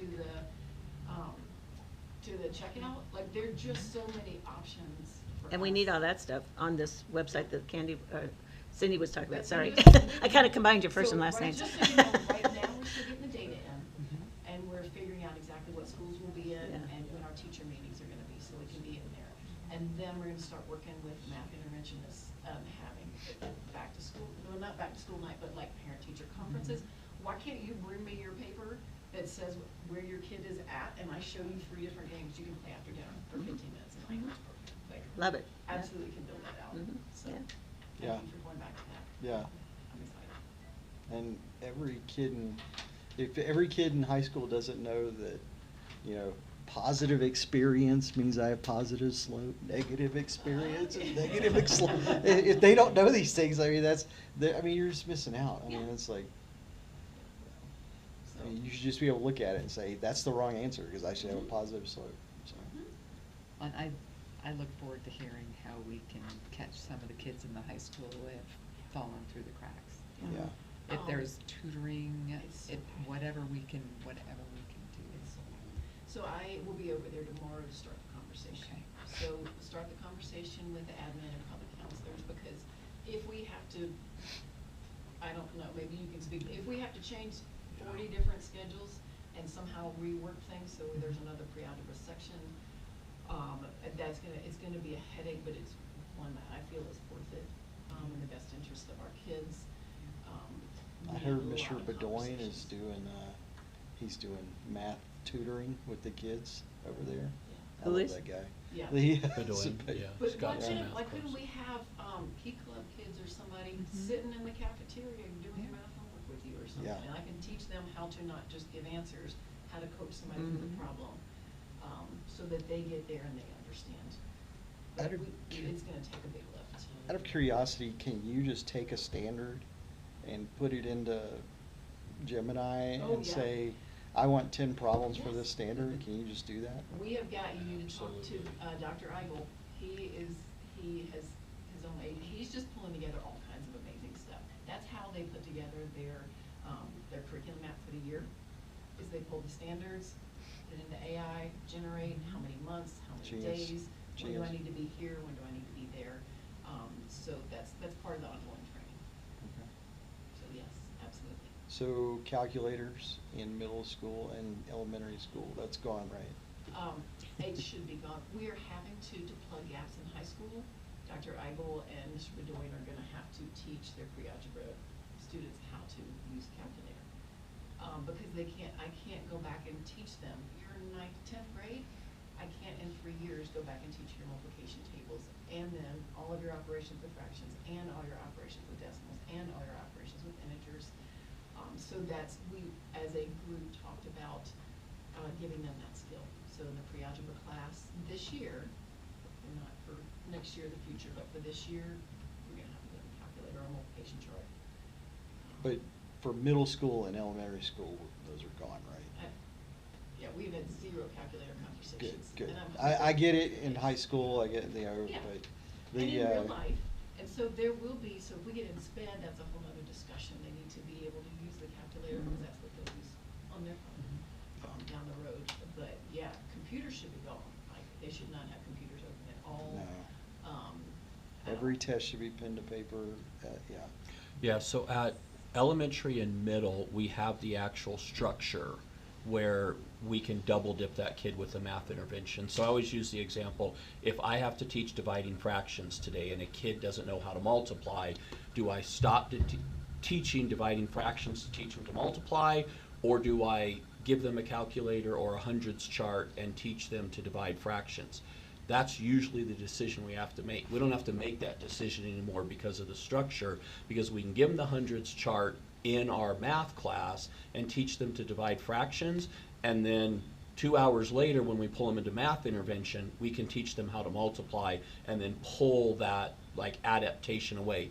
The high school, like pretty much every other high school, you don't have a schedule where you then can go in and get that intervention to double dip, so you're mainly accommodating. But at elementary and middle, kids who are not at grade level are all going to have that second opportunity for math or reading intervention, so you can do both. You don't have to choose. The high school, you have to choose. Now you could decide, let's not teach that pre-algebra skill and let's just teach this kid to multiply, but then they're never going to get to grade level. And that's kind of what Nancy's talking about. We've got to sit down and decide what we want to do with some of these students, right? Do we literally pull kids like out of pre-algebra and have a 7th grade math class as freshmen and sophomores, and at least ensure when they graduate, they've got a basic foundation? Or do we keep pretending and shove them through classes that they're not able to do? It will be a shock, right? Tam and I have talked a little bit about this. We're going to talk tomorrow morning. I think there's probably going to have to be some middle school kind of schedule changes. I think there's going to have to be some high school schedule changes. It's not going to do us any good to sit here and talk about all the reds. We have to do something about it. The elementary, we were able to change the schedule completely to address that. Middle, Tam and Aaron have had a great start in adjusting their schedule to do that. I think we've got to do some tweaking. The high school added that kind of intervention advisory block on Thursdays. That is not going to be enough for some of our kids. So I think we're going to have to decide, and part of that's going to be all of us communicating, those of us as leaders, those of you at the board, being ready for parents to come forward angry, saying, I can't believe you're really going to put my 16-year-old in a 7th grade math class, and us saying, your kid doesn't know 7th grade math. Do you want us to keep pushing forward?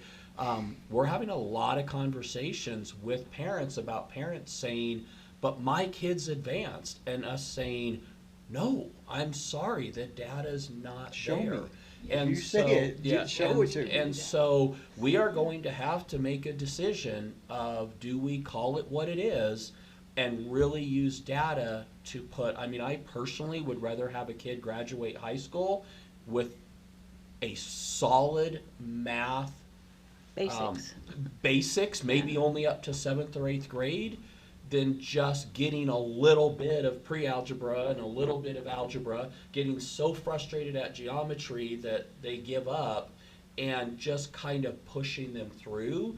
Part of me is like, do we just rip the Band-Aid off, admit where we're at, slow things down, and say, we have the data that says you need 7th grade math, you need 8th grade math, you know, those types of things. And that might be reworking the schedule a little bit to say, we have 20 kids that need pre-algebra because they're just not ready.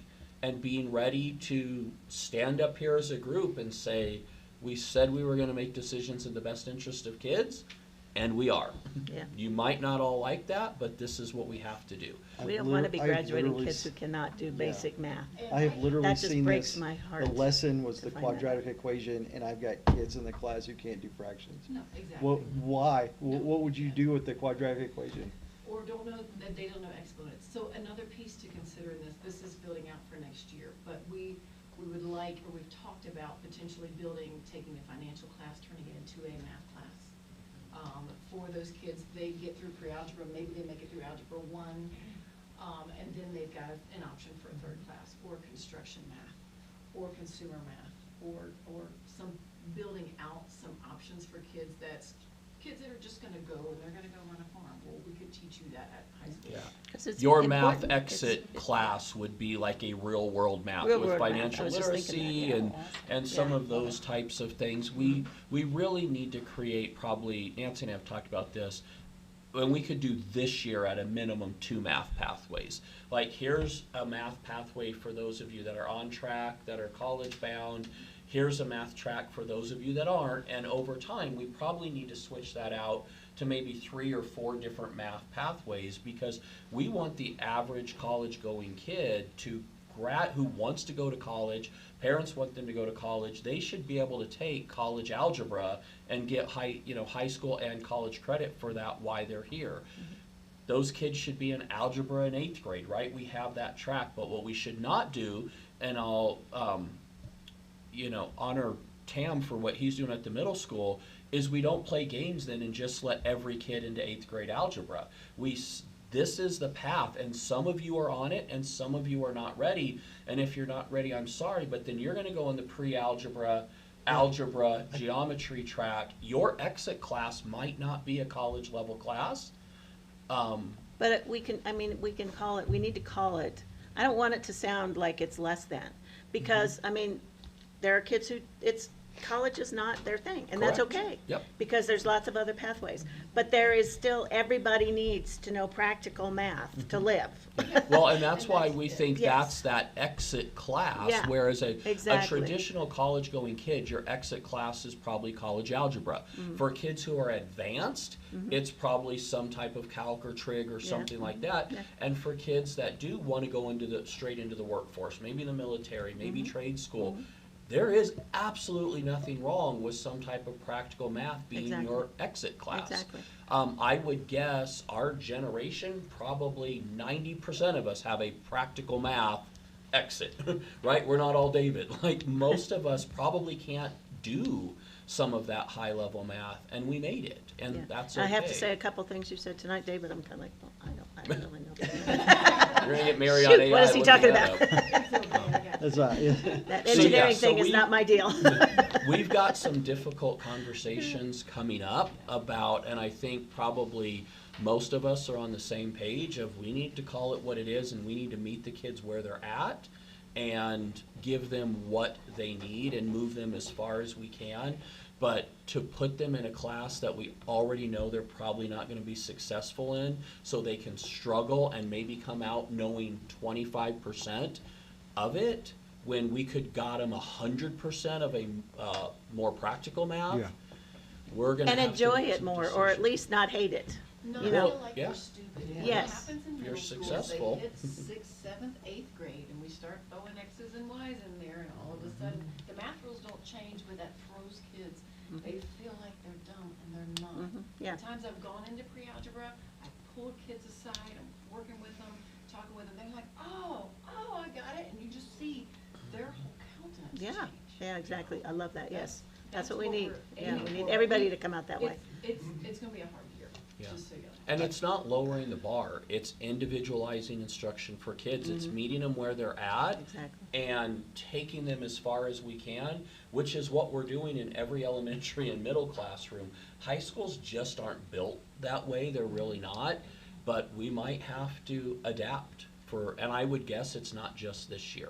I would guess if we create this system, it's probably for a few. And especially when you're taking them from, unfortunately, where they've come from to, we gotta do the best we can for them in a shorter amount of time. Correct. So we have to make that work. Yeah. And I feel like if they're in middle or high school and they're 2 years or more behind grade level, we have to dictate their schedule. Because Yeah, you take a look. because putting them in algebra when they can't do fractions is a disservice. Absolutely.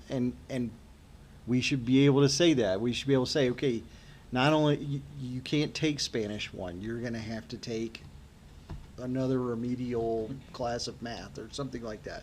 And that should, I mean, if the parent has a problem with that, then okay. Yeah, and that's the thing where, again, and I think our teachers would agree with this and our administrators, this is where I ask parents in our community, trust the professionals. the educators, Nancy looking at that data, Cindy looking at that data.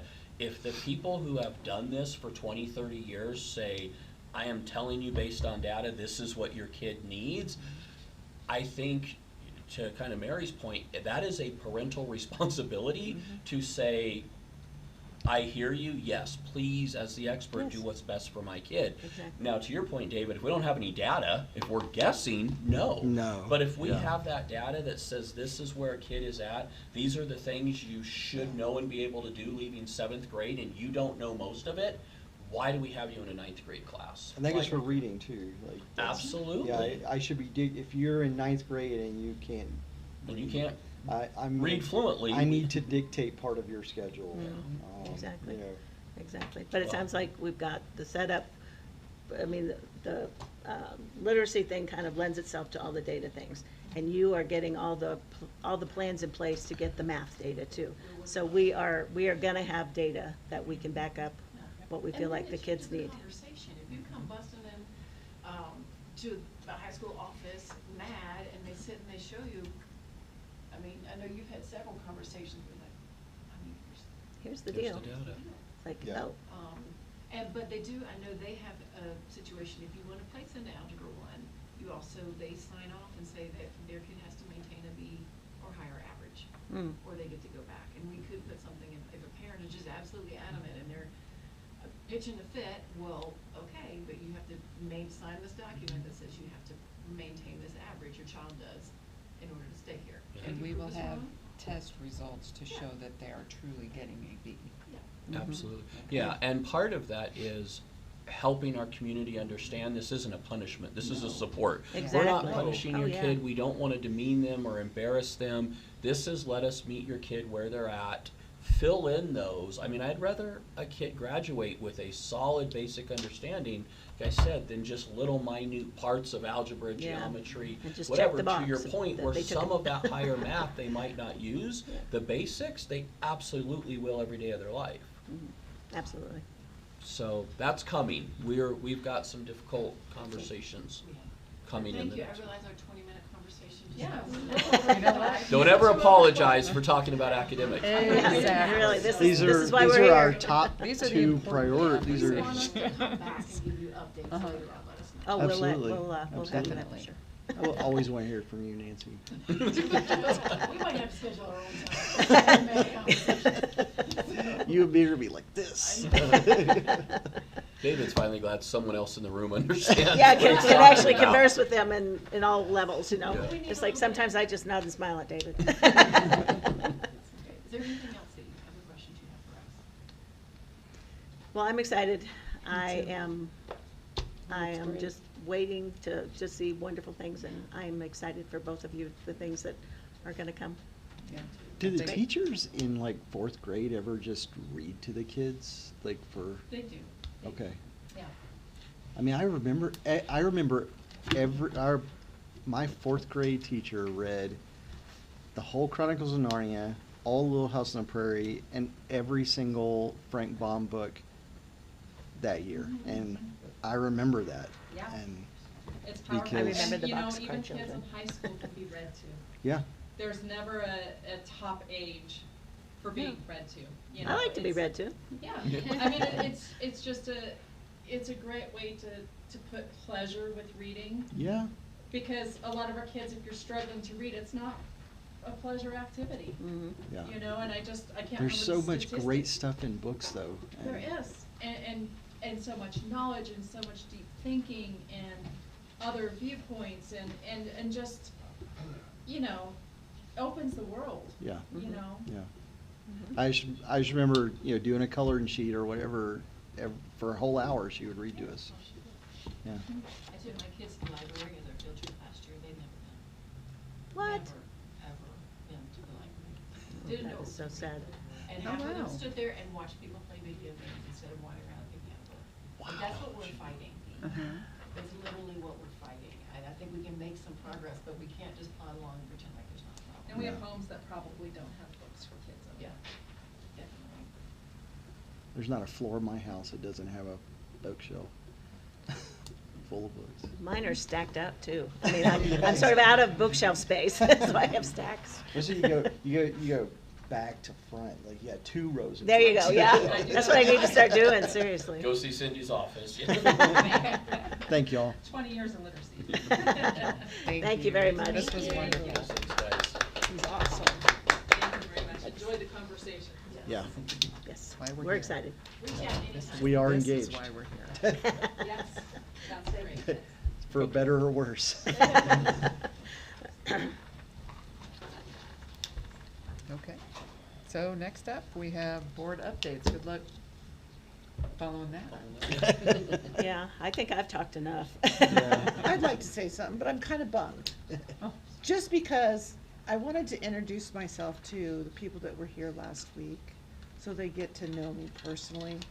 You know, I've gone back through YouTube and seen some previous board meetings, and quite eye-opening.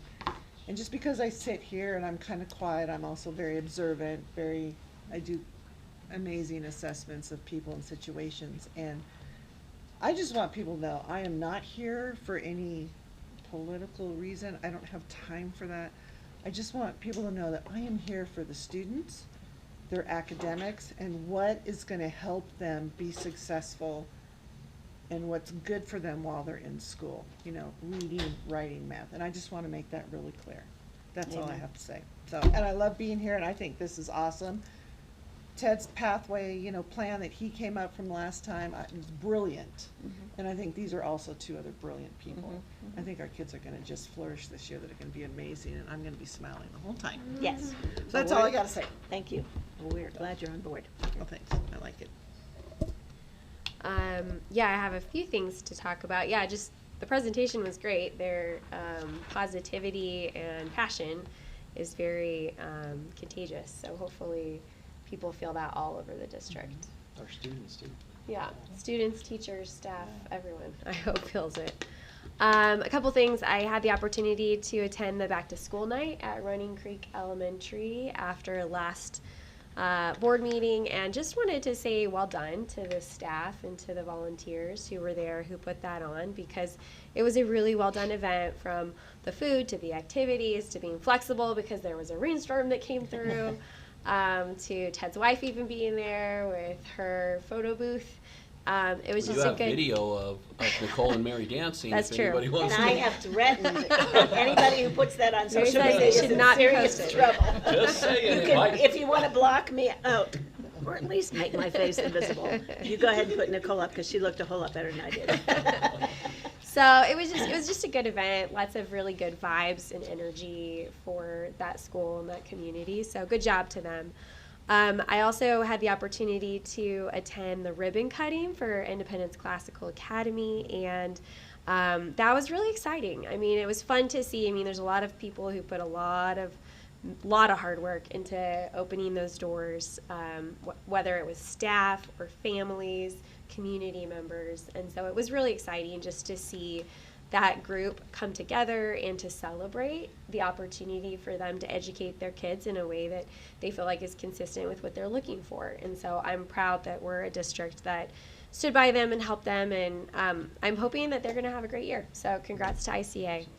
And then I also got a chance to go to the Elizabeth football game last Friday, and gosh, it was so fun to be there. It was really exciting just to see the high school featured as the CBS game of the week.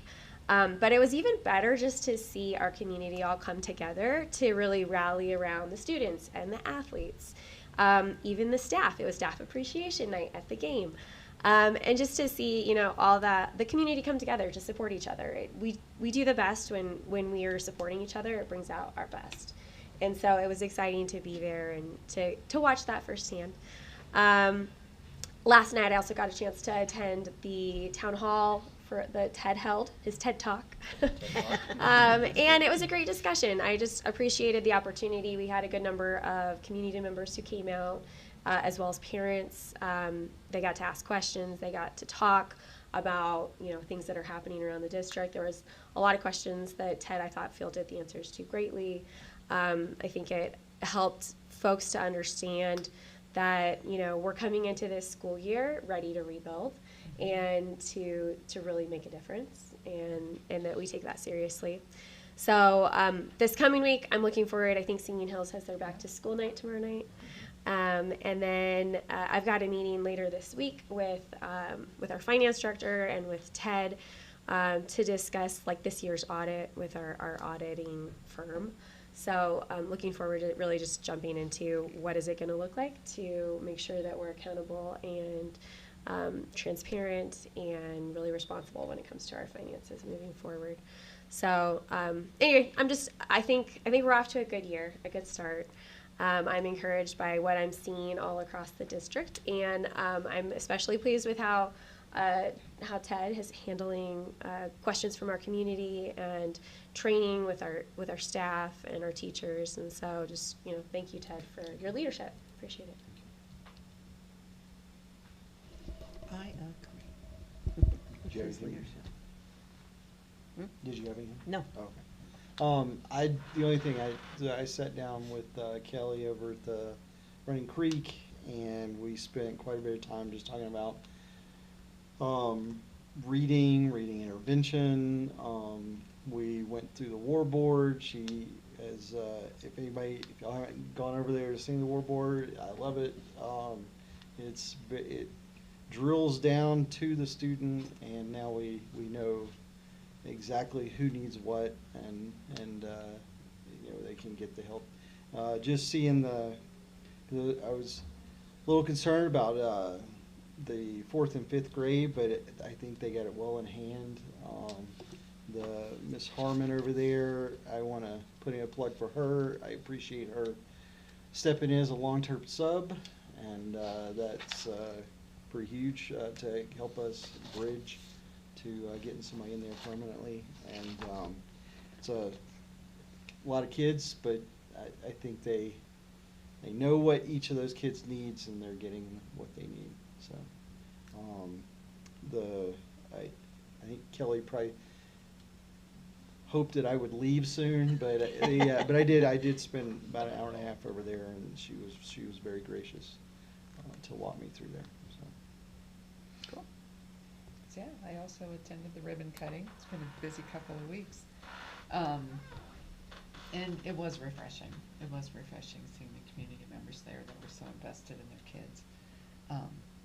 And tomorrow I'm looking forward to going to the Singing Hills back to school night. Maybe we'll get a video of Nicole and Rhonda dancing this time. Yeah, I'm gonna go, but I'm not doing that thing.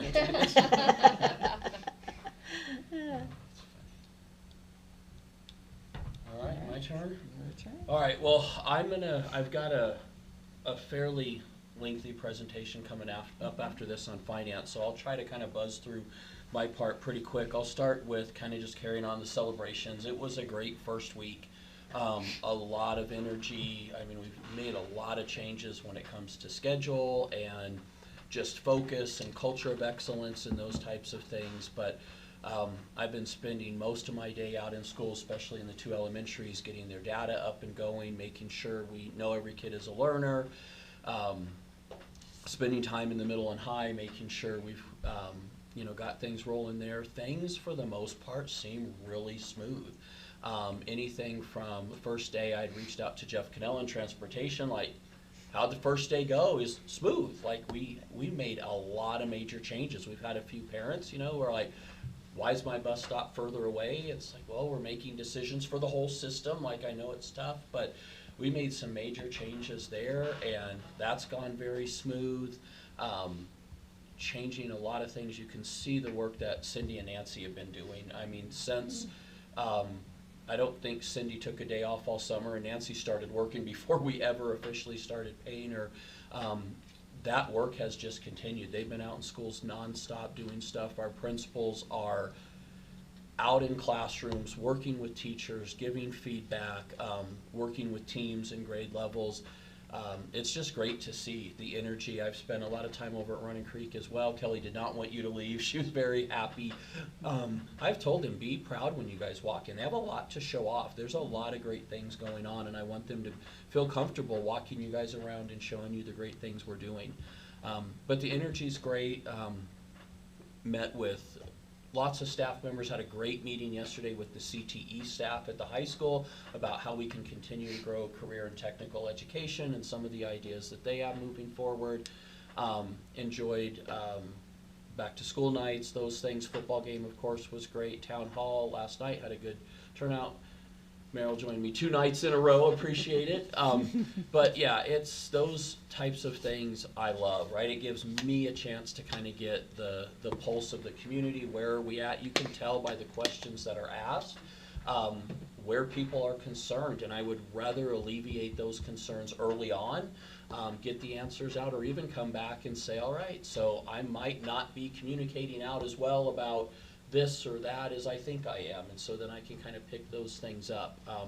I've joked with our administrators lately, you know, I kind of feel like one of those guys balancing 8 plates, and this one starts to wobble, so I got to turn over here and spin this one, but then one starts to wobble over here.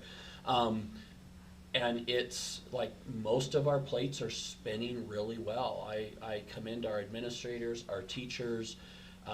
Everybody's really just working very hard this year and getting things ready through a lot of change. I mean, there's a lot of change that happened over the summer, and people are just running with it. Got a good report today from Autumn Windler at the high school. She's kind of reconstituted TAC to the solutions team, and we've got a good group of people who applied to that are going to start coming together and helping us solve some of those bigger problems. So great things going on there. So I don't have nothing but great things to say and could go on forever, but I want to spend a few minutes going through. So our CMAS scores did come out. There's some celebrations and some concerns that I want to walk through. Let me see, did we lose the, there it's coming. Rather than go through and make a bunch of graphs, I thought it was just easier to look at a chart here on some of these just in order. I'm going to buzz through these pretty quickly for one reason, because we need to be honest and face the brutal facts about where we were, but this is not who we are moving forward. It's one of the problems with some of the standardized testing is this is where kids were last April. So we need to know and we need to look at that, but we also know if we spend too much time looking at it, this data is not telling us anything about what to do today. That benchmarking data that we just looked at did. So just, I'll kind of buzz through a few of the highlights here, but if you look at this kind of top area, so 3rd grade English language arts, right? This is one of the tests we've looked at for years. This is your first indication of where kids are at. So if you look back in 2024, you know, the state really hasn't gone anywhere in 3 years. If you look at Singing Hills, we've unfortunately had a bit of a decline, but still above the state average. At Running Creek, we're below the state average, but we've made good continual growth. Positive. That happens because something good is happening in 2nd, in 1st, in 3rd, and so we would expect that to then continue, right? That should just keep rolling through. When you look at 4th grade, right, when you look at the state, you can see we're in the 40s in reading in the state, which is embarrassing. We've got, I mean, again, Cindy was saying, how do you tell those 4 kids you're not the ones that are going to read? The state's telling the 6 kids you're not the one that's going to read. So everybody has work to do. But again, you continue to see in Singing Hills, for the most part, we beat the state average. Running Creek's a little bit behind, but they did make growth last year. Every one of the grade levels in Running Creek made growth, still below the state. We had a big jump in 5th grade reading at Singing Hills last year. So we're kind of looking through this data. Some of the other things that you can look at is what we would call a cohort, right? So if you look here, this group at Singing Hills in 3rd grade at 54.3 became this group in 5th grade that then jumped to 60, I'm sorry, in 4th grade, that then became this group that went to 67.3 in 5th. That's what we want to see, right? 54, 60, 67. That is what we can do when we have kids that don't have gaps, when we have an aligned curriculum, when we have interventions in place. So that is what we want to see across the board for everybody. You get into middle school. Middle school is still an area where we've got some work to do. We're below the state average in 6th grade, barely above in 7th, well below in 8th. And again, if you look at some of these cohorts, right, so 7th grade from 46.3 down to 33.7. So we've kind of the opposite, right, in 6th grade to 7th grade to 8th grade. So we're going the wrong way there. So we've got, that demonstrates oftentimes if these kids were 53.8% in 6th grade, they could read. We know these are kids that are reading fluently at grade level. Why then would they drop? Because we're not teaching an aligned curriculum, or we're not teaching kids to respond, kind of like Nancy said or Cindy said, in the way the state is asking the question. And so part of this could just be little tweaks. A kid did not, from 6 to 7 to 8, forget to read. We're not teaching them the standards that level is assessing, which is why that guaranteed Bible curriculum that we've created is so important. Our SAT scores in reading are certainly not bad at the high school. We can do better, but we were 10 points above the state, 4 points above the state, and this last year, 10 points above the state in 9th grade. In 10th grade, we continue to be 10 points above the state, and almost 10 points in 11th grade. So we've got some good things going on. We beat the state in every one of those in language arts and continue to progress kids up. So good news there. When we get into math is depressing everywhere, right? So you look at even the state, right? We went from 41.7 to 41.2 to 41.5. We're just not getting off that mark as a state. Singing Hills dropped. Running Creek again continued in 3rd grade to go. Our 3rd grade team has got some really good things going on at Running Creek. They've continued to progress every year. 4th grade math, again, kind of looking at where kids are at. We're below the state average in Running Creek, above in Singing Hills, and then same thing in 5th grade. So again, if you look at, kind of that cohort model again, you can see going from 21 to a big jump of 57.5 down to 27.3. So again, you didn't forget to do math, right? A lot of these, what we call a sawtooth, are, we have no aligned curriculum. So this is what I would expect, knowing that when we got here, we didn't really have a clear idea of what kids have to know and be able to do. So like Tam and Nancy were saying, now that teachers know not only what kids are expected to do at their grade level, but the grade levels before them, the grade levels after them, will allow us to stop some of that seesawing. Now, if you had a group here that was 21%, and then went to 21%, 21%, you might say those kids don't have basic math. But when they sawtooth like that, you know they've got the skills. We're just not aligned. Middle school, same thing, right? We're below the state average pretty much across the board. So we've got some work to do. And again, these are kids that by this point at the middle school have some huge gaps. So we're not going to fix that by just continuing to do the same thing. We've got to get quite a few math and reading interventions going in our middle school this year. So again, Tam and Aaron and I are working through that tomorrow to kind of look at those things. Math at the high school, 9th grade SAT, we did improve by 0.1%, beat the state average. 10th grade, we did improve and beat the state average, and we dropped a little bit in 11th grade and are below the state average. So as that math gets more difficult, this is again where you probably see a lack of rigor in our classroom, right? If you're walking into our classrooms, we're probably not expecting, as kids get older, that same level of rigor that the test is performing, which is why that math distributed leadership team and Nancy had said, let's start taking the PSAT pre-test and the 9 and 10 SAT pre-test at the beginning of the year, so you have this data. If we're not practicing like you play, right? If we're running a 40-yard dash every day in school, and then the test is a 100-yard dash, we're getting tired after 50 yards. So this is a rigor issue in my opinion. But you can see we're still, for the most part, only a third of our kids passing the SAT. And remember, we actually dropped in this state the score you have to get on the SAT math to be eligible to graduate. So if you look at this technically, right, almost 70% of kids, right, 68.4% of kids aren't college ready in math. That's not okay, which is why, you know, we've got to look at these kids that are in 9th and 10th grade and go, do we stop and fill these gaps? Because this is gonna be, we're gonna be lucky to hit that if kids in 10th grade can't pass a 7th grade test, and then we just keep moving them on to 11th grade. So again, just kind of a quick overview of reading and math. I didn't hop in to science and social studies just because those aren't the areas we're focusing on this year. When we don't have an aligned curriculum, those types of things, it's, we will see improvement in social studies and science because kids will actually be able to read the test, and they'll actually have the math to be able to do some of the computations in science.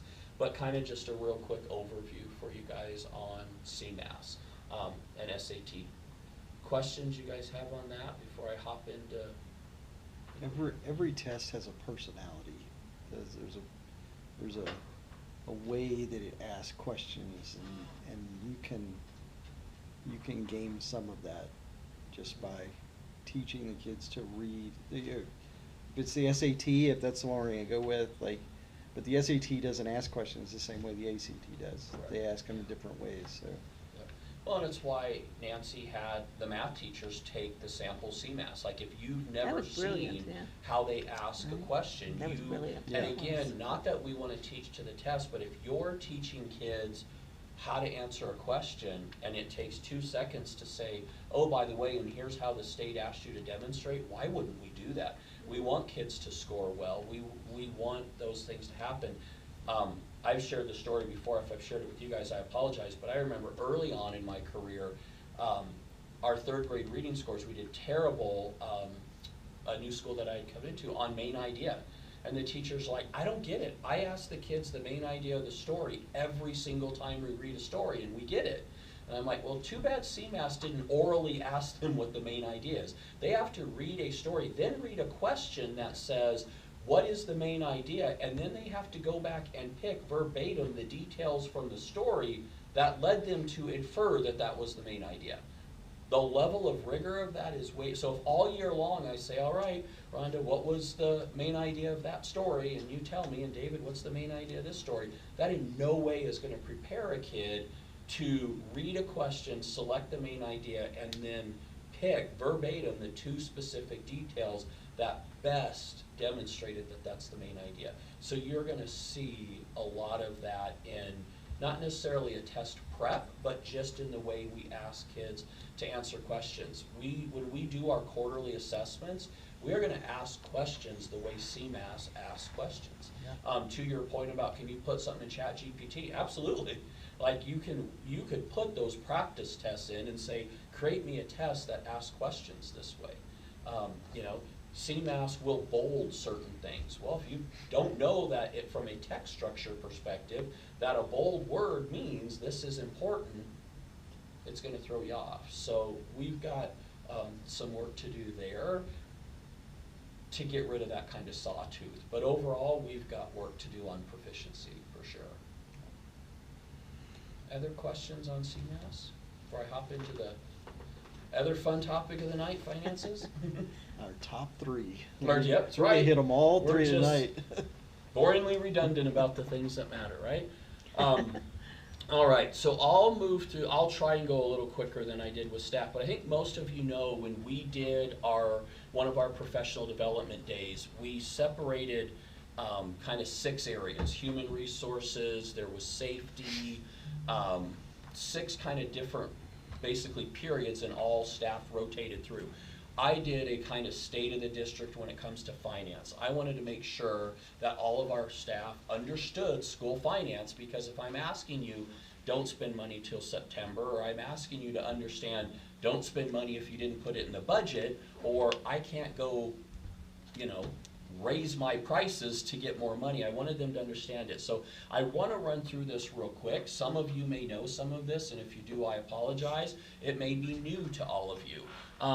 But this idea that where does our school funding come from? Just to start very basic. So We don't in Colorado fund every school the same, right? You've heard me talk about our per pupil revenue is somewhere around $12,500. Every school district in this state, in order to get total program funding, you get a combination of local property taxes and state funding. So and that combination is going to change a little bit. Our local property taxes come in first, and then the state adds the rest to get to that $12,500. So let's say our local property taxes gave us $10,000 per kid. The state would only give us $2,500. If our local taxes gave us $6,000, the state fills in the $6,500. So if you think of a cup, we're always pouring in that local funding first. The state kind of equalizes the rest of that share. That gives us our total program funding. This year, that total is $10.18 billion. So if you think about the entire state budget, we're 20-something% of that. So 10.18 billion, I think last year it was like 10.06, but this is what our legislators said, this is the amount we're going to give to public education. When you hear people talk about a possible rescission or people being worried the state's going to bring back money, that is if the money the state takes in, if they don't take in as much as they estimated and they have to drop everybody, that 10.18 billion maybe becomes 9.5 billion, or maybe it comes 10 billion, which means they have to kind of drop that funding. So when they decide that, right, you're deciding the state budget based on assumptions.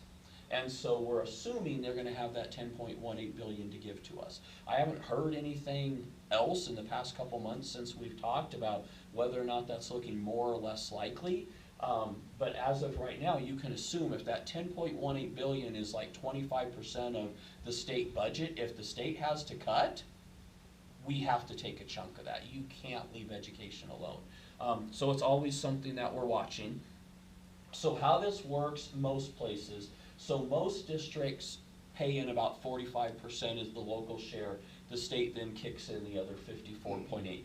This has stayed pretty similar. I think over the last few years, it's always kind of 54 point something, 45 point something. Ours in Elizabeth is also very similar, right? We're kind of mid-50s, mid-40s on both. When we look at how we determine how much money we get, so the base funding per pupil amount's almost $9,000, right? So the state is going to start by giving every district $9,000. Then they are going to add to that. So you'll see things like at-risk students, students who are on free and reduced lunch, English language learners, so students who are NEP, LEP, FEP, so they're students who English is their second language, number of students we have in special education, and then a school like Elizabeth, we get a little extra money per kid because we're a small school district, right? We don't have the same economy of scale. If you have 1,500 kids and you have to pay a superintendent, a school district of 300,000 kids still has to pay a superintendent. So because of that economy of scale that we don't have, that 8,900 will get moved up if you are a smaller district. You also have things like rural. Because we are designated rural, that money will kick in a little bit. We don't have this here, but a high-cost housing market. So if you are somewhere where your housing market is above a certain amount, that might increase that 8,900 a little bit. And then again, students who have higher needs, you're going to get more money. So we are this year, like I said, when you add all that up, it equals about 12,500 per kid. It's 12,400 and something. Andrea might know off the top of her head, but it's pretty close to 12,500. So the next part that we all have to understand is why enrollment matters so much. So that 12,500 we get for every pupil we have. This is why I think when communities said, you've lost 700 kids, why it matters. When students leave, they take that 12,500 with them.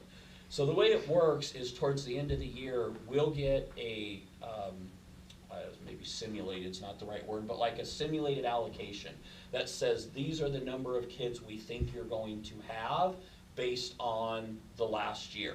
And so when we bring you the budget, that's the number, there's a worksheet, that's the number we're bringing you. right? The state says we're gonna get about $35 million or whatever, because they're saying you're gonna have 2,400 kids. We then have October counts, so we have a period in October where we have to count every kid that's here. That then becomes our pupil count. Different states do it different ways. Some states do average daily attendance, so they make you take every kid every day and you get an average. We do October. There's pluses and minuses. I can remember early on in my career working down in Fountain Fort Carson, and they were talking about bringing in like a whole new company or something, and they were going to get there in December. And we're like, we can't take 1,000 new kids with no money, right? If something were to happen here and in November 100 new kids would move here, we would have to educate them with $0 new dollars. Whatever we get in October becomes your funded pupil count. So then we turn around in January and they do the true up, right? So in January, they're gonna look and they're gonna go, we estimated you were gonna have this many kids, this is how many you have, and then you adjust your budget up or down. That, I think, is one of the items that was not brought to you last year, right? Is that idea that our adjusted pupil count dropped, you guys never knew. That is something that this year you guys will expect us to come to you and go, Ted, what was October count? And by the way, how close is that to what your projection was? And make sure you come back in January and tell us how that affected our bottom line. Those are the types of things that are my responsibility and Angela's responsibility to share with you so you can make good decisions. That enrollment matters a lot, which is why we talk so much about ensuring we know every kid is a learner and make sure that parents know we know where your kid is and we want to make sure they're successful. We don't want them leaving because we're not good enough, right? As I've said with our vision, if a parent wants a different option, that's great. But remember, they take their $12,500 with them, which is one of the reasons why I want our schools to be the best first option for all kids, because I don't want a parent to have to leave because we're not good enough, and we certainly can't afford to keep losing $12,500 every time someone goes. Can I just ask one Absolutely. point of clarification? So I'm pretty sure the answer to this is yes, but our count, our student count, includes our charter school enrollments. Correct, and there's a chart coming up that I'm going to show where you can really visually see it. But yes, that enrollment count includes charters. Okay, Yep. thank you. And then let's talk a little bit about that School Finance Act, because that's a majority of our money. Let's talk about what other monies we get, right? So what that School Finance Act does not cover. So we get some additional federal money. We get some Title I, we get some IDEA, Individuals with Disabilities Act, some probably federal grants in terms of students who English is their second language. What I've always thought is, it's not funny, but I'll say funny, the federal government dictates so much of what we do, and we get like $600,000 from them. So in a $35 million budget, we get $600,000 from the feds, and they dictate so much. And when I look at my career, 90% of the things that have come down the line have been from the feds, and they're all unfunded mandates. And I have watched year after year after year these types of things come into place. You heard Cindy talk about read plans, right? So if we pass a law that says every student who's not reading at grade level has to have a read plan, well then you have to hire a reading coordinator to do read plans and some of that, and then we turn around and get beat up for being admin heavy. And so I've watched all these federal programs grow, which then forces us to hire administrators to administer them. No money flows, so we end up taking money out of the classroom to create this bloated bureaucracy for something that gives us $600,000. So this is one of the parts about finance that's so frustrating, is how many things we do that are completely unfunded. And almost all of them come from the federal level. We do get some grants, right? You guys have met Fran several times. She does a great job going out there finding grants. A lot of them, as you know, are matching, but many of them bring in dollars. She's constantly looking for ways to bring in more money. There's basically two ways that we can bring in new revenue, right? Only thing we can do is cut costs or bring in new revenue. When you bring in new revenue, there's really two ways to do it. you're either going to the voters asking for a tax increase, where everybody pays a little bit, or you fee the people who are using the service. Only two ways we can increase revenue. So when you look at what the voters can do, there's mill levy overrides. This is where you're gonna bring in extra general budget, things for salary, things for resources. We currently have one mill levy. It's a $1.59 million mill levy. I will make people unhappy when I say this, but I will tell you as an educator, it's the worst mill levy we can have because it's fixed. As a taxpayer, it's the best mill levy you can have because it's fixed. So what that means is we get $1.59 million every year, no matter what. So if the total valuation of housing over the last 10 years has doubled, because this mill levy's fixed, it just means every house is paying half. With a normal mill levy, we would now be getting $3.2 million.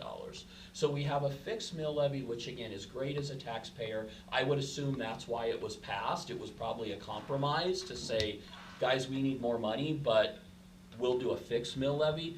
But I can't imagine from the time we passed it to now how many new properties we've brought in and how much each property has grown. I mean, how many properties have doubled in Colorado? I mean, Because that one was 8 years ago. It Yeah. was 2018. and so because it's fixed, that means now you just take that 1.59 million and spread it out, right, by more. And so I'm thankful we have that 1.59 million. It's great. It's just from the education side, it's not the best mill levy you can have because it's fixed. We can count on it, but it's never gonna grow. We'd have to go back to the voters and ask for that fixed mill levy to either grow or ask to move away from a fixed mill levy. The second way we can go to voters is for bonds, right? Bonds are for capital, so you don't go to bonds for salary raises or those types of things. You'd ask for a bond if you need capital money for construction, to build a new school, to repair all the failing concrete in our district. If we have capital needs, you would go to the voters for a bond, those types of things. Separate of taxes, again, fees, and I've talked a lot about that. I think we live in a world where I'm going to be coming to you asking to adjust our tech fee if we keep one-to-ones at the high school. Asking to create a transportation fee for before and after school transportation. Once we know how much athletics activities and clubs are actually costing, that we might have to look at a fee that covers more of that cost. As I've said, I can't in good conscience ask our taxpayers to give us another dime, but we have needs. So we're probably going to need to look at fee for use versus asking everybody to dig a little deeper for our schools. So last area is just state categorical programs. So again, we do get some money in for transportation, some money for gifted and talented, those types of things bring in some of that money. So now, Mary, to get to one of your specific questions, so you know how the money comes in, what does it look like once it gets here and how do we spend it? So you guys have seen this before. Don't worry, I will make it bigger. Yeah, Thank you. Still can't guarantee you'll be able to see it, but I will make it bigger. No, but it's- So when you look, right, this was the proposed budget you guys saw. So we bring in that $12,500 per kid based on the number of kids we were projected to have, puts us at about 35 million. Sounds like a lot of money, sounds great, right? We're bringing in, remember how I said local goes in first, so we bring in 15 million, right? Average is like about 45, 55. The state then equalizes another 17 million. Here's that whopping 600K from Washington, D.C. $750 is what we're assuming we will get from impact fees. Right, we've talked about impact fees from the county. We're working on getting memorialized the impact fees from the town, but on average, we think we'll bring in about $750. And then we have about $940,000 of other. That's grants, that's fees, kind of just a potpourri of other money that comes in. Totals $35 million. Unfortunately, the first $10 million of that is gone, is already allocated. So because we get funded for all the kids that we bring into our district, We then are a pass-through, so we then have to send the first 6.8 million to legacy. So you might ask where that 6.8 million comes from. The legacy budget that you guys accepted last probably April or so, they say here's how much money we think we should get based on what we assume our pupil count is. That was 6.8 million. This was the other area where, if you remember late in the year, how there was like a $2 million miss in the budget. No one changed this from 5 million to 6.8. District administration knew legacy was growing. They knew that they were increasing and never thought to update that amount. So this was that last, like, almost $2 million we had to cut at the last minute. So that's that allocation. Independence is about 720,000. This homeschool enrichment, you remember we had AeroLab. So when we had AeroLab, they were counted in that number. Again, we were just a pass-through. We then sent that 1.6 million to AeroLab. Because AeroLab's kids are still included in our projected enrollment, we have to leave that number in there. However, that number will not pass through, and we'll see where our projected enrollment ends up. We have to transfer $585,000 to athletics and activities.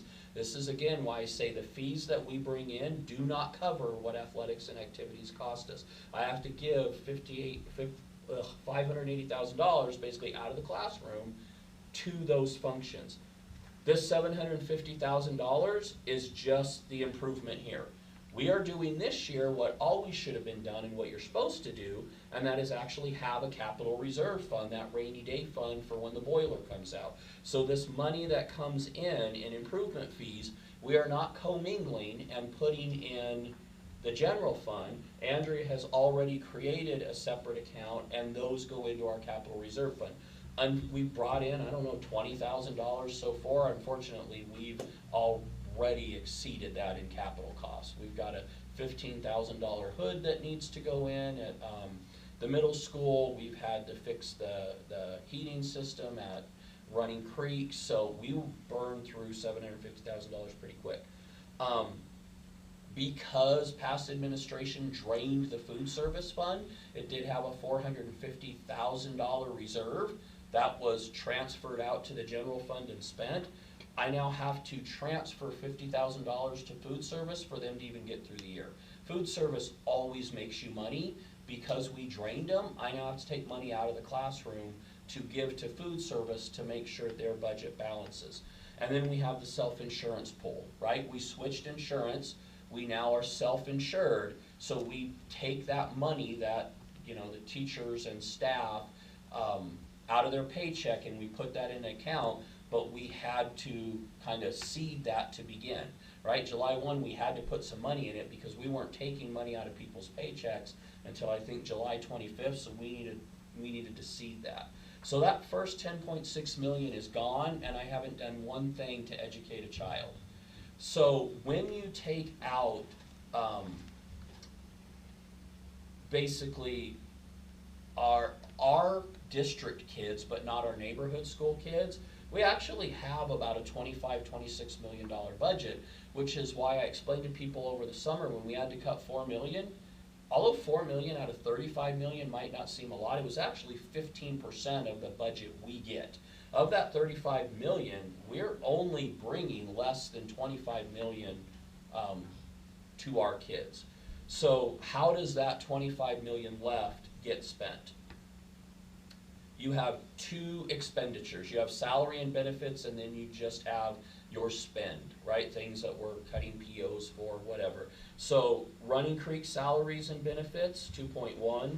Singing Hills, 3.2, right? You can see I won't go through all of them.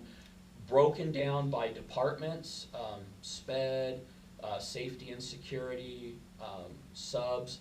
Here, this was asked earlier. We have $300,000 we had to put into stipends because, as you know, we gave everybody a stipend. So this money is money that in the future we should be able to put into base salary versus having all of these separate stipends we've given people. So 20 million. So of that 25 million, we're spending 20 on salaries and benefits. So when we say 80–85% of our money goes straight to our people, There's the black and white numbers, there's the data right there. Are all these stipends in writing? Writing, email, all of those things. And everyone knows you might have been grandfathered in by a promise, they're not continuing. The only stipends we'll actually continue are true stipends that everybody does, which is like if you coach or you have a club or you run theater or those types of things. Here's $2,000 because I don't want you to leave, or here's $3,000 for mileage, or here's this or that. All of those are going away, and everybody knows that has them. So we'll still have some stipends, but for example, the stipends that pay for our coaches, those are already up in that allocation for athletics and activities. But all these other stipends are, we told people you're grandfathered in for a year and then you're done. Because some of these, I mean, if you were promised $5,000 and we take it away from you in August, that's gonna really affect somebody's ability to pay rent, so it didn't feel right. But giving them a year to say, if you come back, this isn't gonna be the way we do it, is the right thing to do, in my opinion. But, so this will drop significantly. The other, you have expenditures by location. So you can kind of see what we give each school. Now remember, so something like Running Creek, right, $270,000 might seem like a lot of money. If you actually look at their budget, you will see the way most school districts do this now, because that seems like a lot of money. But, see that okay, Mary, over there? Oh, yeah, no problem. Or you can put it behind her over there. They actually get about $20,000 to spend, because $81,000 of it is Running Creek's portion of workers' comp and property insurance. $8,000 is their portion of trash, $8,100's their copier lease, $91,000's their utilities, $30,000 maintenance, $30,000 technology. So what happened years ago in education is when school districts started having to be very transparent about where they spent, all of these expenditures just came to the district. And it looked like districts were spending millions and schools were getting nothing. I mean, imagine in this budget if all of these were journaled back and it just looked like I was giving Running Creek $20,000. Schools got beat up for it. So what happened is all districts started taking kind of a per pupil and saying, I'm not spending $100,000 on trash at the district office, so I'll give the high school 600 kids worth of that, and the middle school 300 kids worth, and Singing Hills 400 kids. So really, when you think about Running Creek, a school educating 180 kids, they get $20,000. That's it. That is all we're able to allocate. So when we're like, well, why can't we buy new textbooks, or why aren't we buying this or that? They don't have the money to. We will really struggle with resources with that. Technology, just in case someone might be asking, why are we spending $30,000 on technology when we have no technology in K2 and limited in 3-5? Because this is not devices. This is the school's share of the internet and the firewall and Google and those types of things. So it's not devices. Devices come out separately. So that's kind of an example of an actual, what looks like $270,000 going to a school is not $270,000. As you go down through here, you see big ticket items like SPED, $1.1 million. This is what happens when you don't have an RTI or MTSS system and you over-identify kids into special education, which then makes you have to go out and get contracted SLPs and social workers and school psychs to do all the extra testing and paperwork. So as we fix the academic system and you don't have so many kids failing to respond to those interventions, this number will drop and we will not have to spend so much on special education. Another example in this is if you go down here and look at some of these totals. So an example, you heard me say transportation. Transportation costs us $1.5 million, and the only transportation that's mandated is for students with special needs who have transportation as a related service on their IEP. I had told staff when I did this, if we got transportation down to a reasonable amount, I could give every staff member a 10% raise tomorrow. That's how much we're spending on some of these. Special education total, when you look at staffing and spend, 2.3 million. 10% of our budget is going to special education. And again, because we don't have an aligned curriculum, we don't have an RTI system, we didn't have interventions in place, so these numbers will start to drop. Transportation is now charging the actual schools and departments that are using their services, and people are now seeing it. They're like, what do you mean it's gonna cost me $2,000 to go to this game?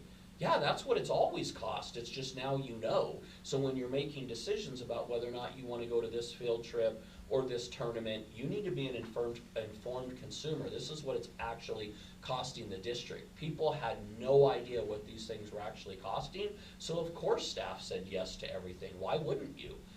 It's kind of like a kid who asks mom and dad if I can have this. They don't know what it costs, they just want it. And so now that we're letting staff know what these things are costing, I think we'll be able to get some of these things under control.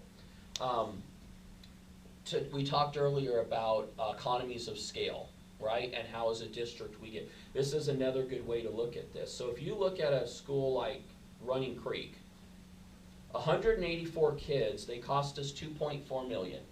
That's $13,100 per kid. How much did we say we got per kid? 12.5. 12.5. So the math ain't mathin', right? No. They're costing us more than we're bringing in per kid.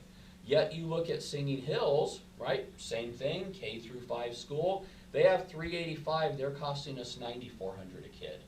Simple economy of scale, right? Kelly and Connie cost me the same, right? My principal cost me the same. My lead custodian cost me the same. My art teacher, my music teacher, all of those types of things. But you've got double the enrollment. So as our schools drop in size, they become unsustainable. Imagine if the rest of our schools started to drop. Every time a kid leaves, it gets that more expensive to run. You really, from kind of a lean perspective, you want every one of your schools running at full capacity. It's the only way we're ever gonna be efficient with our money. A classroom that has 18 kids in it and a classroom that has 24 kids in it costs the same to run, and we get 70,000 less for the one that has 18. So run that across the school. So when you look at these, right, middle school, same thing. They're a little smaller, so they're costing us 10. High school, as big as they are, they're only costing us 8,900. So we need to increase enrollment. We need our schools as full as we can get.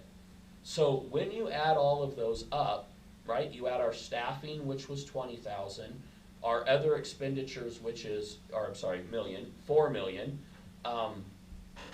We know we need 719,000 in Tabor.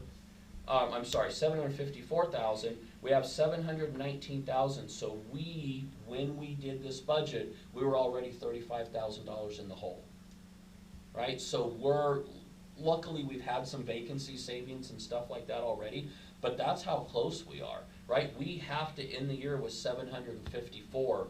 We're at 719. So when someone comes forward and goes, can I buy this? It's only $500. Was it in your budget? No. Well, then find $500 to cut because we don't have a dime. That's how close we are. This is why those types of reserves matter. So that's where the money's being spent. So I want to look now, how does that money come in?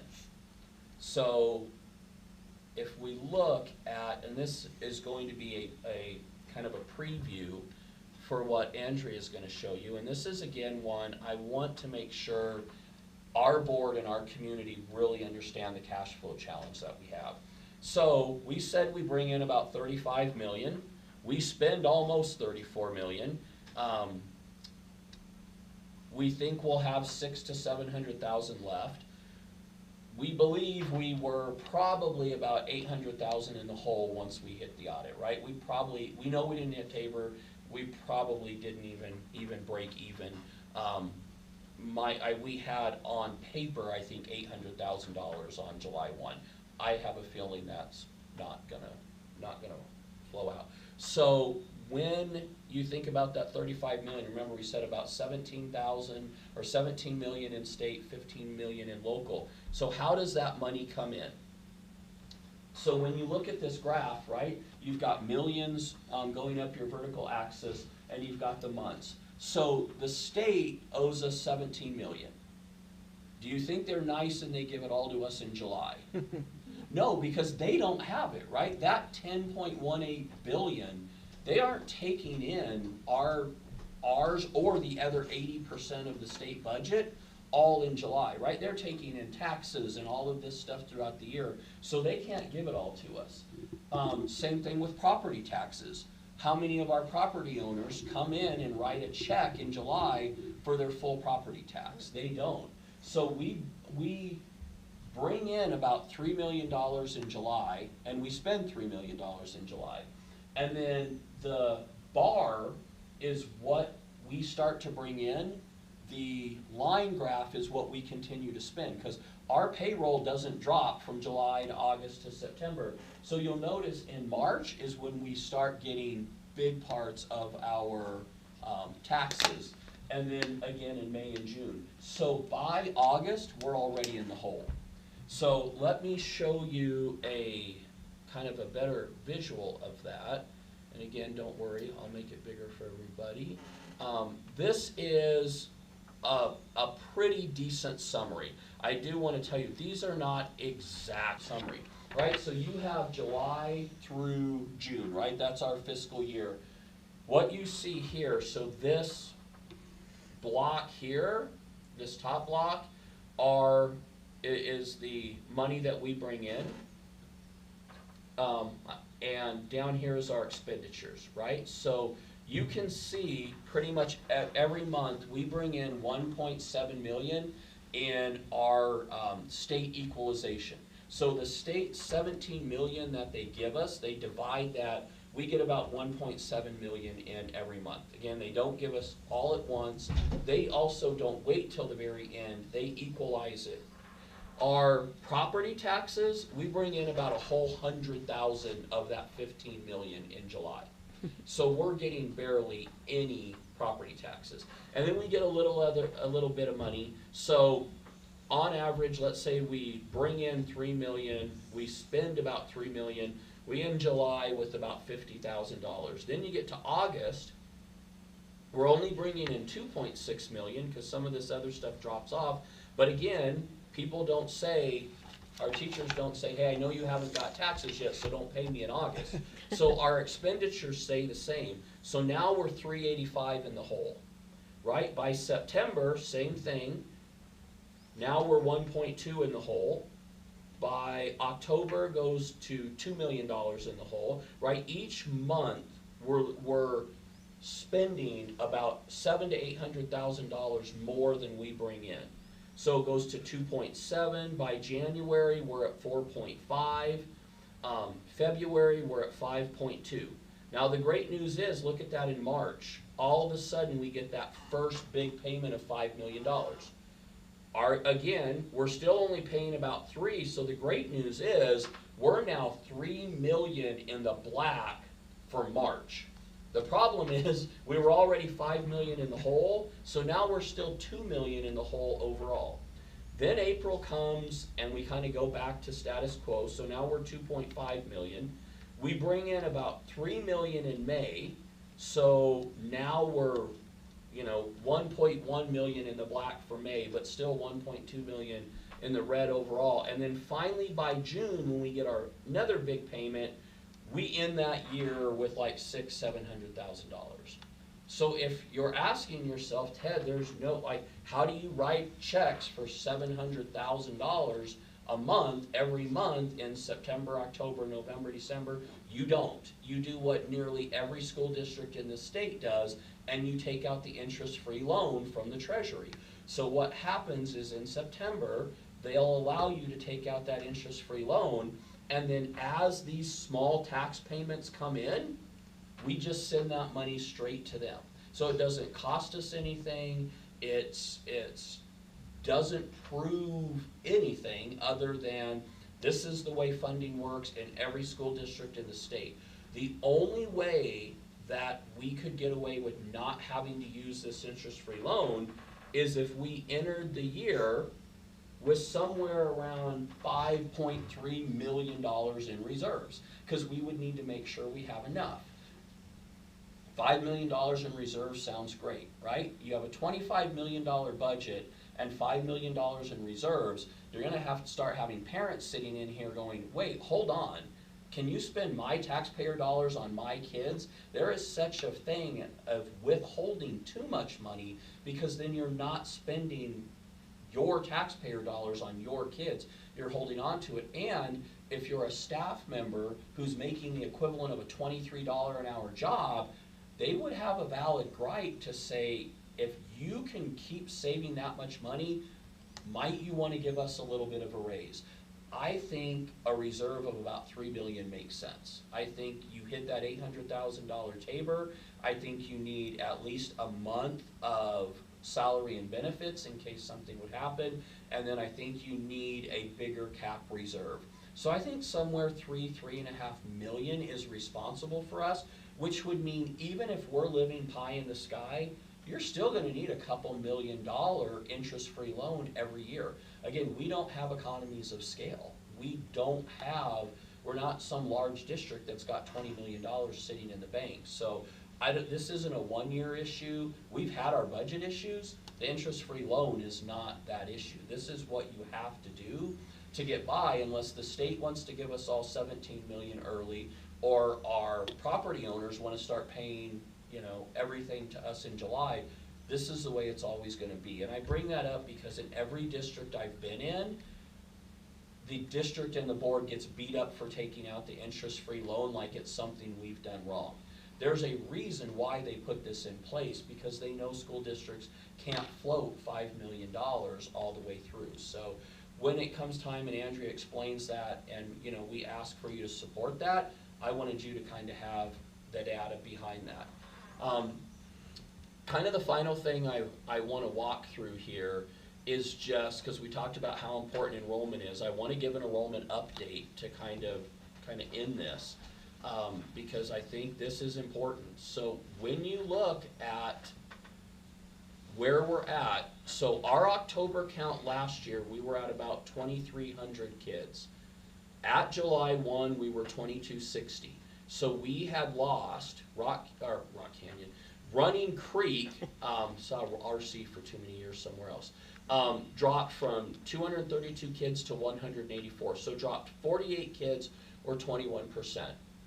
I have not been shy to say this is what happens when you fire your principal in the middle of the year and it's your third principal in 3 years. You lose the trust of your parents, right? Your kid gets one opportunity to do third grade, and people had enough. And so we lost a lot of kids. They are now down to 178. So lost another 6 kids since July 1. Singing Hills went from 420 to 385. They're down to 383. The middle school was at 332. They dropped to 315. They're now up to 323. So they're one of our schools that are kind of on the upward trajectory. The high school was at 660, dropped to 622, now is down to 601. Legacy was at 670, they're now at 718. So they grew 50 kids. ICA is now at almost 50 kids. So when you look, separate of our charters, we were only a 1,506 kid district. Today we are a 1,485 kid district. So when I say enrollment matters, so even just here, right? So even since July 1, we are down 21 kids, which means we've lost $262,000 just at the start of school. That trend can't continue. This is why when I say we've got to focus on academics and we've got to get our academics up, we've got to focus on efficient operations and make sure we have a culture of excellence and we're doing the right thing. This is why that matters. This is what our community talks about when they say we've lost 750 kids. Now that's not the whole story, right? So these are, when you look at the kids that are in our boundaries, yes, 752 of them go somewhere else. the part we often leave out is when you look at this on the other way, we also bring in about 250 from other districts who choose to come to us. So we are a destination school district for a couple hundred families. We're just on the wrong side of that math. So if you look at this and you go, okay, so we've got about 2,300 kids in our boundaries in October count that went to our school district. Another 750 that went outside. So that means there are about 3,000 kids in our boundaries, and our neighborhood schools enroll 1,485 of them. It's completely unacceptable. And so we have got to do a better job, and it's why everything we've talked about, all the things you've heard tonight, all the things you've heard me say over the past couple months, we have got to improve what we're doing for kids so that we're the first and best choice for all families. I have no doubt in my mind that this number is going to start growing this way. When we start getting results, when people start seeing, we're already, as Andrea might share, we made August payroll no problem. We even have a little extra money in the bank. We've already turned our finances around. Teachers are paying attention, staff's paying attention. We'll bring you updates on those benchmarks, and you are going to see red disappear and red move to yellow, yellow move to green. So I have no doubt that we are headed in the right direction, but we've got work to do. We won't ever see this again. The systems we've put in place, I have 100% confidence that it'll work. The things we've done operationally, I know are going to improve our budget. But as Andrea gets ready to, come up and ask for an interest-free loan, I want you guys to be fully informed. I know that wasn't always the philosophy of past administration. You guys need all the information, whether it's good or not, because you guys have to make those decisions. And so I need to be transparent, even when it's scary, even when it's not good news, of here's where we're at. This is our budget. This is how we get money from the state. This is exactly where we're spending it. Every penny. You can see what's going to what school, what's going to what staff member. You can see when October count hits, if we drop by this number of kids, I got to go back and find $262,000, because that's $262,000 we won't have. Luckily, the state has an averaging formula for enrollment. So if you had 2,000 kids and you drop to 1,500, you don't lose 500 kids of enrollment. They let you average a couple years of enrollment because they want you to come down slowly, not off a cliff. So we'll get this 1 year where we'll be okay, but we have to increase enrollment next year, because if you start having to average 2-3 years in a row of lower numbers, we're gonna have to cut more. So that we get this 1 year where we'll be okay, but if the next year we don't increase that enrollment, we're gonna have our projection that I'll be bringing you in like May with the budget will be based on 2,000 kids instead of 2,300, which will be a significant. It won't be 35 million anymore. It'll be 30. Well, and Ted, I do know. I've read the articles about kids that have just disappeared from the school system since COVID. So, it's not just us. Yeah, it's not just us. Correct. It's not good, but it's not just us. Yeah, No, it's definitely big they districts are permanently losing a lot of students too. disappeared. Yeah. Everybody's losing students. I want to say 10,000 kids across the state, I've heard. And again, you have a lot of those are homeschool kids, a lot of those are different choice options. But again, I showed you the state CMAS scores. Yeah. Why would parents across the state keep their kid in a school when the scores are in the 30s? Yeah. Right? We have Absolutely. to do better. And that's why what we heard earlier, this is a good year for, this averaging thing. So we've Yes. got a little bit of buffer this year because of that averaging thing. Yep. But the fix is what we heard Yep. from Absolutely. Cindy and Nancy. Well, and this is why when I say things like it may hurt to put kids in the right math class, we can't wait, right? We cannot take 2 or 3 years to do some of these things. And that's often,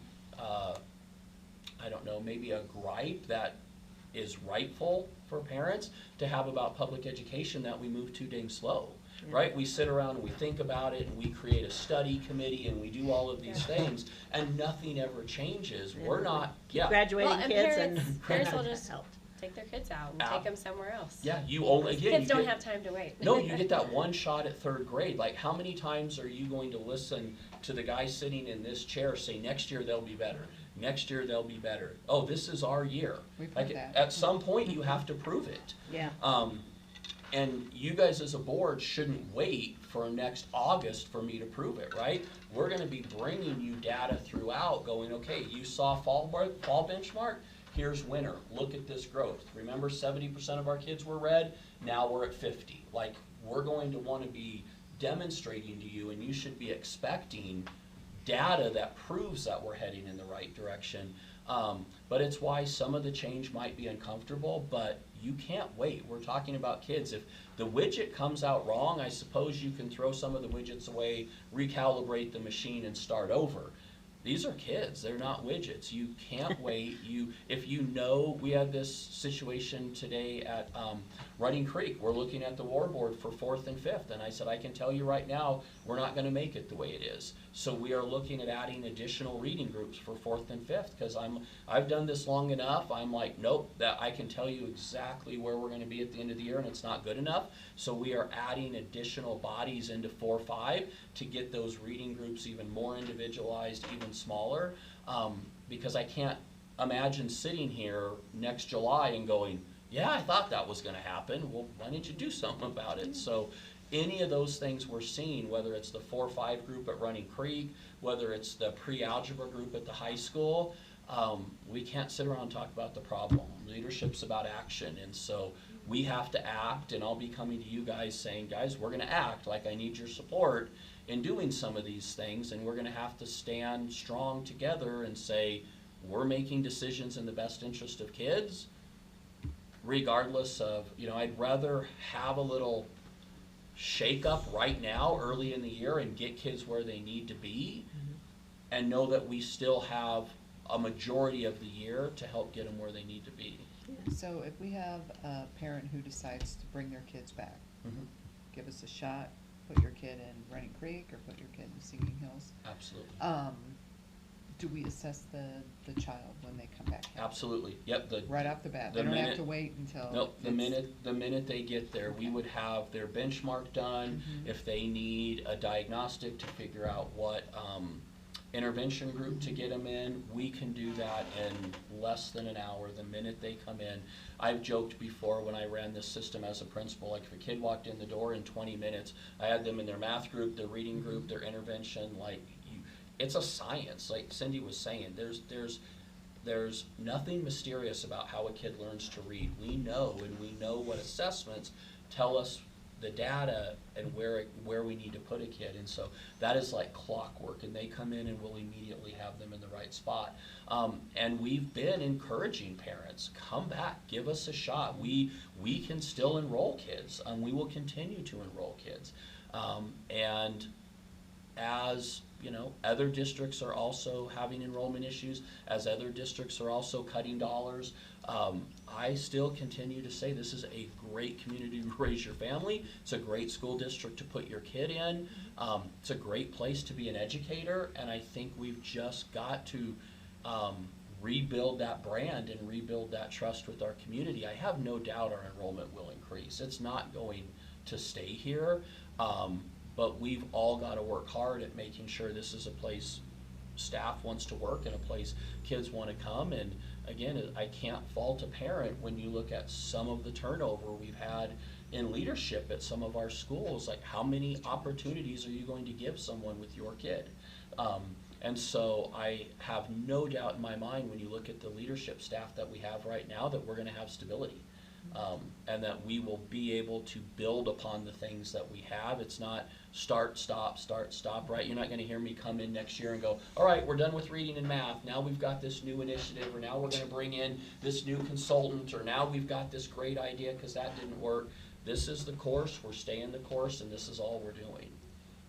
I mean, if our kids can, if 80+% of our kids can read at grade level, I mean, that's that's money in the bank. Yeah, there will be no question that this is where every parent wants their kids when we get there. And I wanna know what's going on with the other one. Yeah, yeah.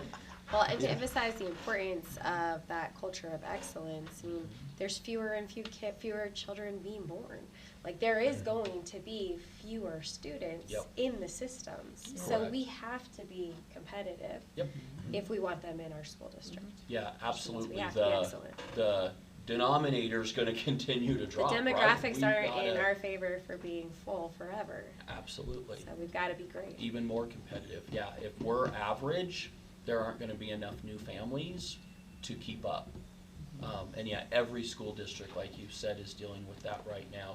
We have opportunities here that others don't to improve very quickly. And like I said, I think we'll bring a lot of those families back, I really do. I think, you know, just our focus, your focus on the academics is what's gonna bring people back. And I think this meeting tonight was absolute proof of that. I mean, we talked to Cindy and to Nancy for an hour and a half. And what did we allot them, 20 minutes each or something? I Underestimated. And it's like, but we wanted to know, and we 30 are minutes excited, and And I we gotta be wanted to honest know, with you, it's our focus, I've and grilled we are, Nancy. this is what Yeah. we're doing, and this is why we exist. Yep. And There's I- no other reason to exist. I grilled Nancy for like 2 hours. She knows that, yeah, we come to play, so. Yeah. They geeked out for 2 hours is what he means. They were both in there having the time of their life Yeah, if talking you're about gonna meet math. with her, let me know, because I'm not gonna be there. Yeah, yeah. I'll let you handle that, and then I'll talk to her separately some other Some time. integrals Because mine and won't be quite as derivatives geeky as maybe yours thrown around. on that level. You would have understood about as much as I did of Yeah, that conversation. Yeah, I was he's time like- Ted bailed. Yeah, when I left, there's, yeah. I'm like, you guys have fun. I did know the what is it, Piedmont thing, or Piedmas, or whatever the thing, I did know what that Oh, was. PEMDAS? PEMDAS, okay, see, I didn't even know exactly, but I don't remember what it stands for, but I know how to do it, There you go. yeah. So, Please excuse my dear Aunt Sally. what does it say? Please excuse my dear Aunt Sally. Oh, is we've that the got- please We've excuse got me, this okay. gentleman who has been patiently Yes, waiting. sorry, Meryl. Don't hit me on the clock, don't hit me on the clock yet. Pretty damn passionate about this community, and what you're doing is, almost swore, I caught myself, is awesome. Yeah, thank you. What I got out of the budget is awesome.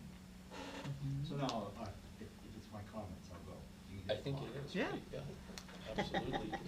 And thank you Thanks for for waiting. patience. I've been a guest teacher at the middle school for an extended period of time. I'm the wrestling coach there. I love to hurt other teams. I want to say thanks for your hard work. Y'all don't have a trivial task. I like the way forward.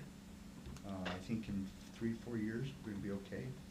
I'm a retired Army guy. Every Army unit has a mission essential task list.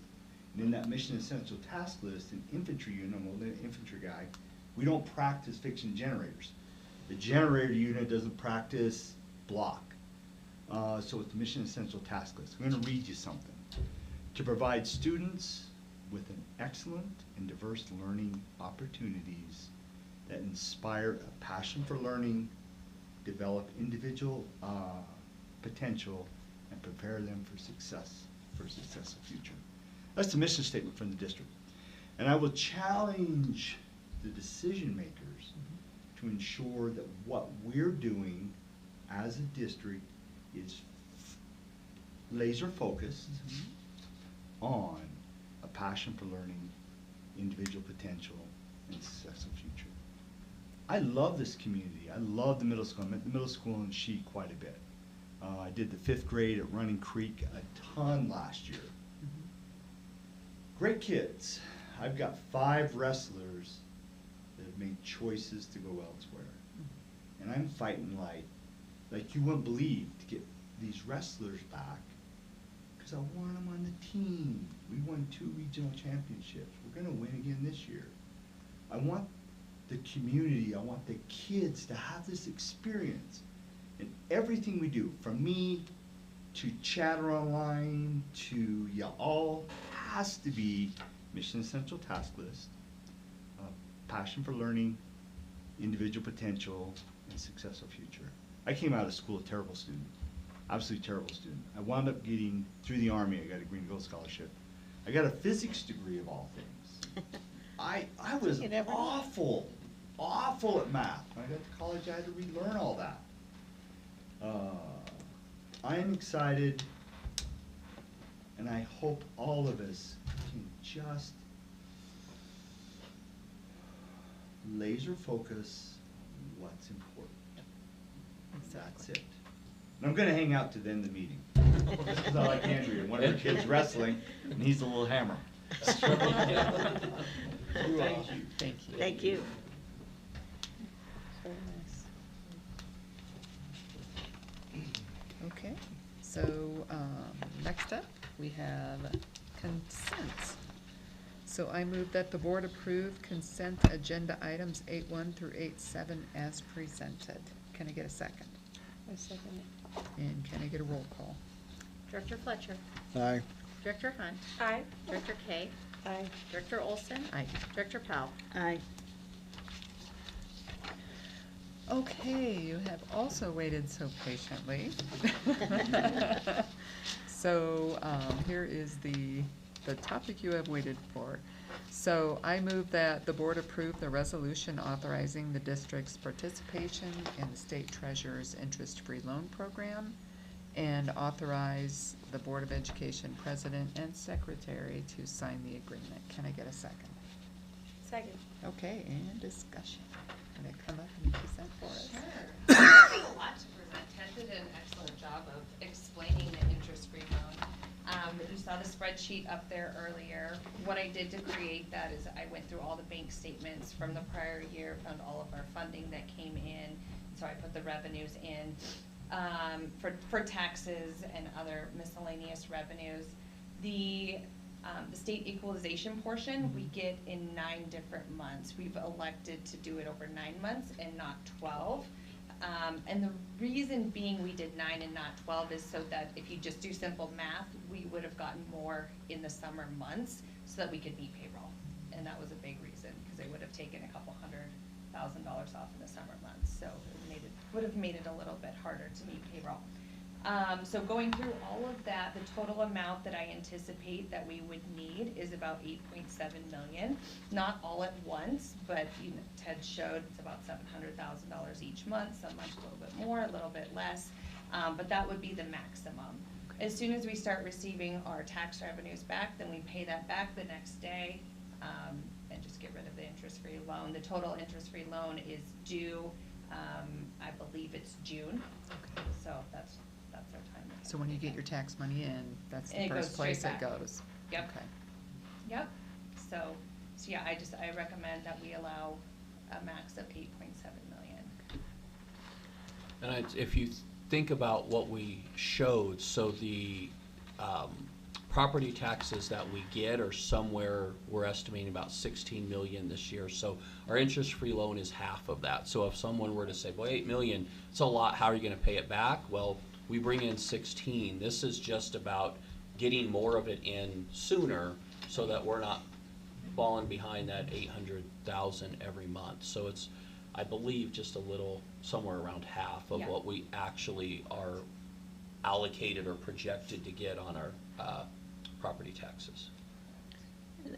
So I have 2 questions. Sure. Number one, before I forget this one, you said on the state equalization money Mhm. that we have opted to take that for over 9 months rather than 12. Mhm. Is that a new thing, or? No, that's a That's thing that that we've always how done we've done? historically, and Okay. that's what the state recommends. Okay. Even if you're thinking about it, we would get it more upfront, so if we had extra money that we could invest, we could put more in the bank or more Right, interest. right, It right. just- And then we keep saying this interest-free loan is up to the $8.7 million. So are we gonna ask for it all at once then? I'm asking to approve all of it at once. I will Right. not borrow it all at once. Okay. I'm only allowed to take, so the spreadsheet you saw, I had to send to the state treasury. Okay. And so they know what our cash flow looks like, and they will only give me the shortage each month. So if it shows that we're short 700,000, Oh. that's all they're going to give me. They're Okay. not going to give us more than that. So they're not, so my next question was going to be, but then based on that answer, I'm guessing no. But I was thinking, okay, if we got this kind of bulk money, Mhm. can we put it in some sort of an interest-bearing account in the meantime? But no. No, So we unfortunately just not. kind of get what you need. Correct. When you need it. Correct. Okay. That's good. Okay. That makes sense. I was kind of hoping though to get it all. I know, We it could would put be it in something nice. and get a lot of Throw it interest. into- I had a plan, you know. Yeah. Big interest on the interest free. Yeah, I think they're the ones making the interest, not us. I'm sure, That that's was- why it's like, I'm sure that's, that is not gonna be their thing to do, but, okay, good. So we will probably get around $700,000 or $800,000 a month then, Correct. basically? If we need it. If- If we don't need it, we don't have to borrow it. But Okay. if we do need it, it's available and we can request it. Okay, good. Okay. Based on answered my that, question. looks like we do need it. Yeah. Yeah. And I know you said that you consulted with Department of Treasury, but you've also done this in consultation with Education. Yep, so I've worked a lot with the Consultants. Department of Treasury and then with Glenn at CDE. Yeah. He's been very helpful. And they've all had eyes on our budget, They what have. it looks like right now, Yes. and this is their recommendation Correct. as well. So they're well aware. Oh, of they are everything well going aware. on. Partners. They might know Partners. more than They are us. partners Yeah, in every this, for single sure. detail. They know Yeah, every Glenn single- actually took the budget that I showed tonight and put it into CDE's recommended form. So Andrea has something that makes sense moving forward. So they probably know our budget And it just is, as well as we do. that budget's almost finished. Ted and I have a meeting tomorrow to go through it, so you guys will likely see it at the next board meeting. Great, Yeah. great. And then it'll be kind of in that format moving forward Going, that we're yes. looking at it, Yep. at our meetings. Yeah, we're putting everything into the CDE approved format so you can get used to seeing the same thing every year that every other board sees.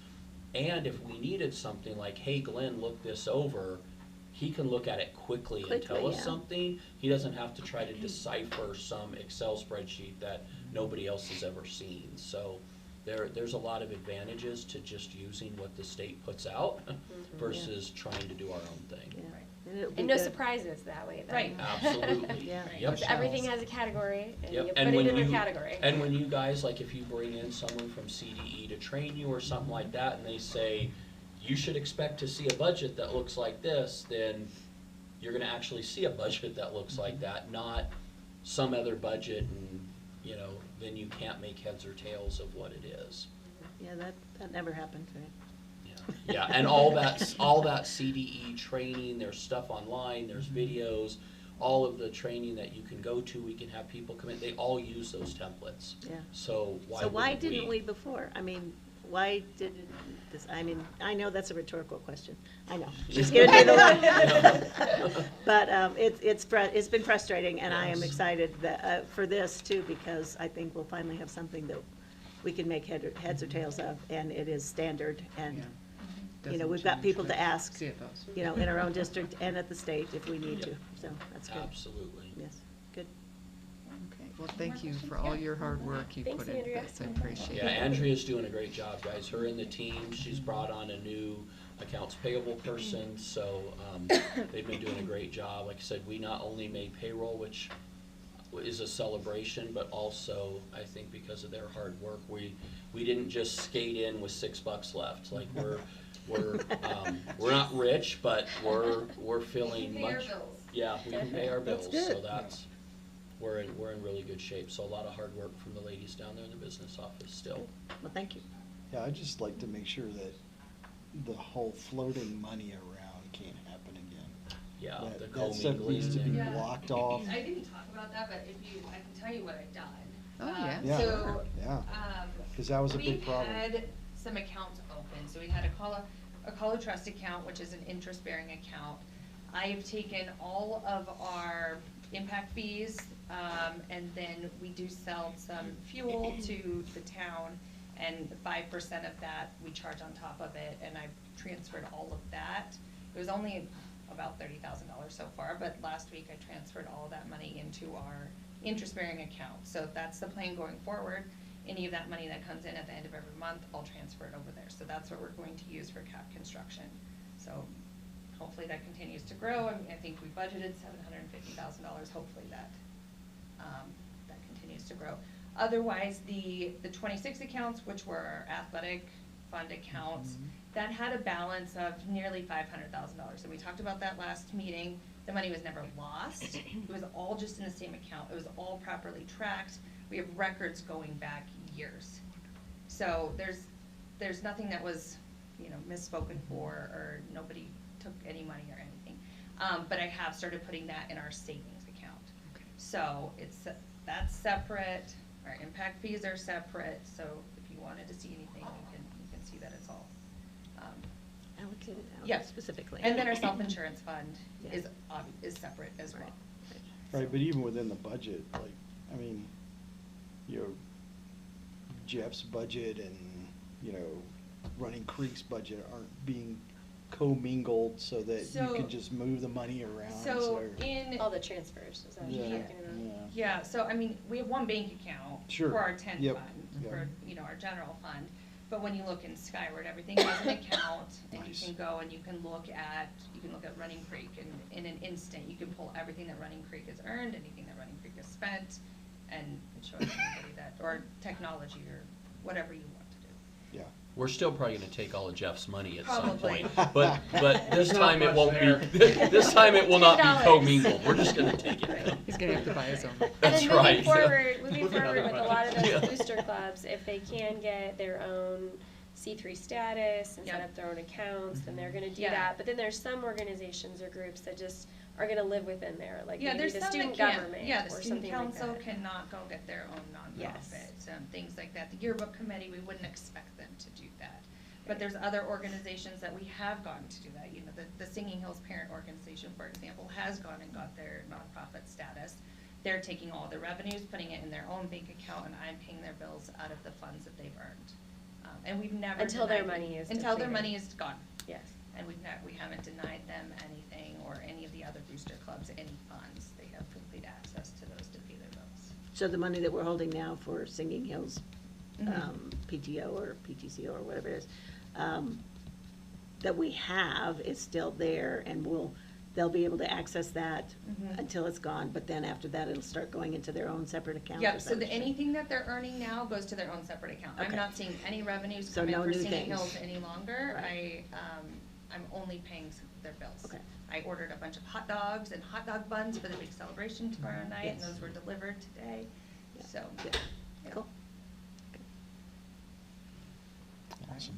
Oh, and then with regard to the money coming in, so it becomes available starting in September, but we wouldn't actually access it till like the end of the month if we need it. We can pull it at any time, so the Okay. money, so the way the treasury does it, they have, so I send them my spreadsheet, every other district sent them their spreadsheet, so the treasury says, okay, I need to send this much money to the state, and they send it at the beginning of the month. I think they probably have already sent it to the state for September, so the state has that block of money available for all the districts, and then the districts can start pulling on it. Okay. But So we can only anytime- pull our allocated amount. Anytime you have to like show, like, we got nothing, we need the money. Yeah, yeah. Okay. Yeah, so, and they know from our spreadsheet how much that we would need. Okay. Okay.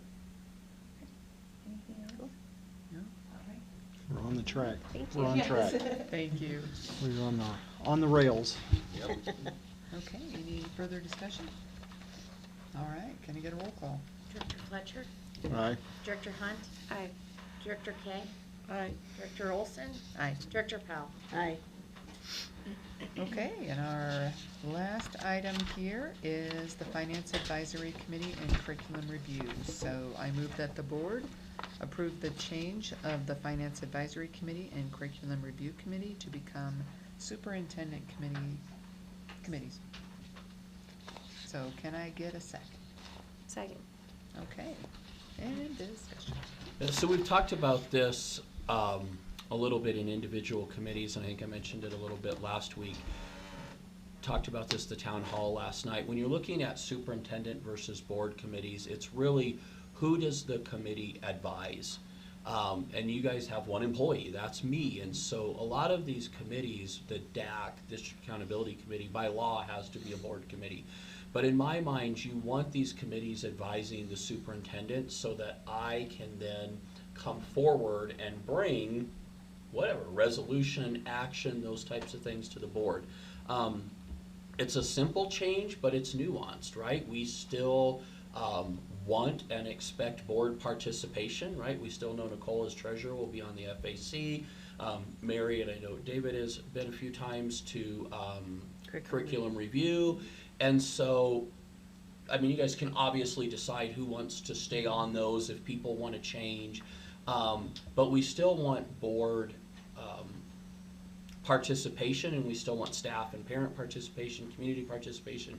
But it's really putting it in a position where these advisory committees do what they're intended to do, which is advise the superintendent so then I can make recommendations to the board.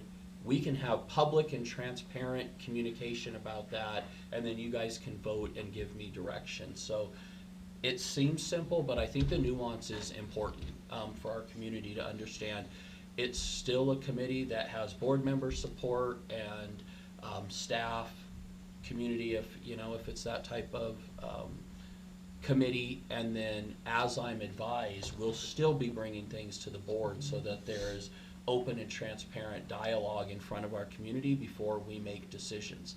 I would assume monthly part of board member reports would be Nicole saying, here's what we discussed in FAC, and David and Mary saying, here's what we're working on in curriculum review. It's just a matter of that nuance of advising me versus the board. I mean, how many times did someone from one of those committees come and actually tell the whole board stuff? They didn't. I think you expected a board member, like a treasurer, to come back from FAC and clue you guys in on everything, and that didn't happen, and there's not much you can do about that.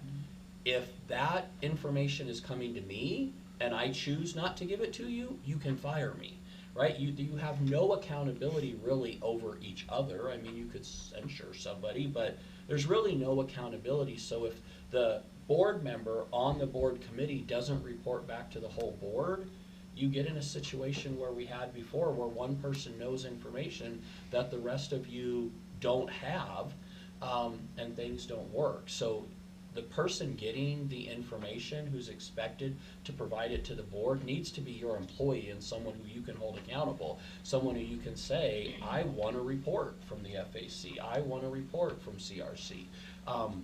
Again, it's a little difficult to do that elected official to elected official.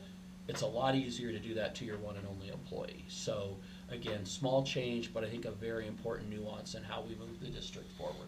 You guys need to have someone you can hold accountable to giving you the information you need to make decisions.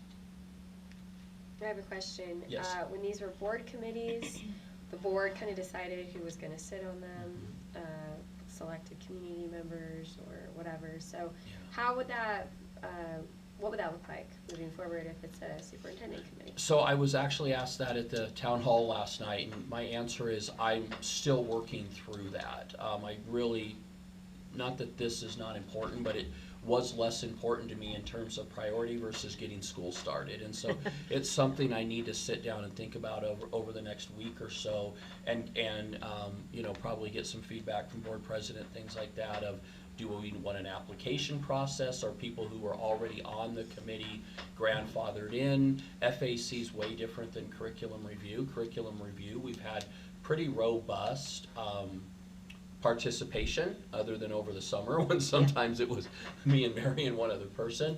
FAC, I think the last meeting we had one person show up. So we'll probably, and whether that's Rhonda and I or you and I as treasurers, sit down and look at how do we want to reconstitute that team, and then whether Rhonda and I or Mary, David and I sit down and kind of talk about what do we want to do with CRC. I am of the belief that we can take staff from the Staff Solutions Council and use them as staff representatives of our various committees, so that way, kind of like we've said, when we train a DLT member, we can use them for other things. We have people on that Staff Solutions Committee that have already gone through an application process. We know they have a problem-solving mindset. We know they're in it for the right reason. Why then do another process to try to find other staff members? Why not just choose from that group we already have? So I have some ideas. I certainly won't make those decisions unilaterally. Even though it's a staff committee, I still want collaboration with the board on who we choose. But I've got to kind of think through exactly what would be the right way to do that. In other school districts that you've served in, what does that look like? Are they usually staff committees, and how are they formulated? Give and take. I mean, a lot of if it's a staff committee, usually staff decides how they were going to do that. That doesn't mean it's the right way to do it. But when you think of like student advisory, which I'll be starting, right? I'll have an application process for students. Makes sense for me to choose that group, right? It's a student group. If we're talking about a financial advisory committee, that's going to come from members of the community, those types of things. I would like a board member's perspective on some of those folks. You guys are constituents. You were voted in by, you know, the folks. I think getting input from at least the board member that's the liaison to that is going to be important. But I'd say it's probably a little of both, right? Things like DAC are statutory, right? You need people from each building and things like that. We create, you know, I don't know, if we did a new membership for curriculum review, we're not governed by saying, well, we need one person from each building and, you know, we need one this, one that. We could decide how we want to do that. Same thing. Only DAC is governed by statute. Correct. Yeah, we have some autonomy in creating what we want that to be, right? For example, if we're going to have staff members on committees, I want staff members who are problem solvers, not complainers, right? A lot of districts that I've been in, the staff that volunteer for committees are not always problem solvers, right? They're not always the people that are going to come to the table and be solution oriented. So when myself and Autumn and Susan sat down to talk about kind of how we reconstitute TAC, that was a big part of it. We want people who, if they bring an issue to the table, they bring a solution. And so, you know, that's why to me, I'm like, we kind of want to carry over that same philosophy into our other staff committees. And those will be the same type of questions I've used when I've created a student advisory group before. Like, tell me how you're going to get input from your fellow classmates. When we make a decision, how are you going to go and communicate that out? How are you going to come together and solve problems? If every month you're just going to do nothing but bring problems to me, we're never going to get anything solved. And that list is just going to grow. Same thing with FAC and CRC. We want people who are solution-oriented, people who are creative thinkers, people who are really good communicators, collaborators. So I think it's just sitting down and going, do we create an application process for that? Do we go out and recruit? Do we want any type of membership parameters? We could. FAC and CRC are two completely different committees that have two completely different aims. So I wouldn't suggest that we use the same criteria or the same kind of membership parameters for that. So I think it's just something to kind of talk through. And do you still envision these groups meeting about monthly? So DAC, you can meet quarterly. In a district this size, I don't think you need to meet every month. DAC is very clear statutorily what you're supposed to do, and I think we get more participation when, if we have 4 things to do, we have 4 meetings. You turn that into 8, people are like, why are we meeting so much? FAC, absolutely, we need to meet monthly with what's going on right now. CRC, I mean, I think it would probably depend on what are there things we want to tackle this year. I know we've been working a lot on an AI policy for both staff and students. We need to get that finalized. We probably need to sit down and say, are there other things that we want to work through? And if so, do those take a monthly meeting? Do they take a every other month meeting?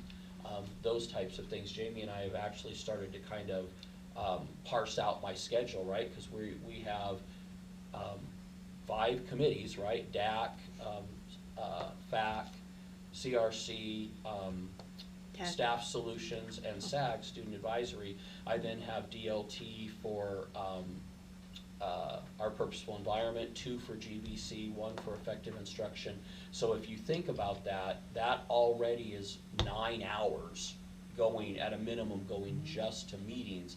We've got to kind of decide, is that the best use of my time every month, or should some of them be every other month, some of those types of things. You didn't count the board meetings. And the board meetings. No, these are so much fun though. Going, They have become very almost 4 fun. I hours. don't, that's not even sarcasm this year. Much more enjoyable. They are way enjoyable. But yeah, so part of that is trying to balance, right? How do you get into schools? How do you monitor the operations of the district? How do you get in meetings? And so something like DAC where it just makes sense to meet quarterly, great. I can take 4 hours if those meetings are only an hour. Oftentimes DAC meetings that I were in went well over 2. So, I mean, every one of those, if I'm not a meet just to meet person, like, we need to have a purpose, we have to know what problem we're having to solve. So, some of that stuff, I just honestly, right or wrong, have not had time to just sit down and put my brain power towards that alone. I've got some driving to work thoughts up there somewhere, but I haven't sat down and really planned out how we do a lot Yeah, of but probably those. get these launched in next month in September.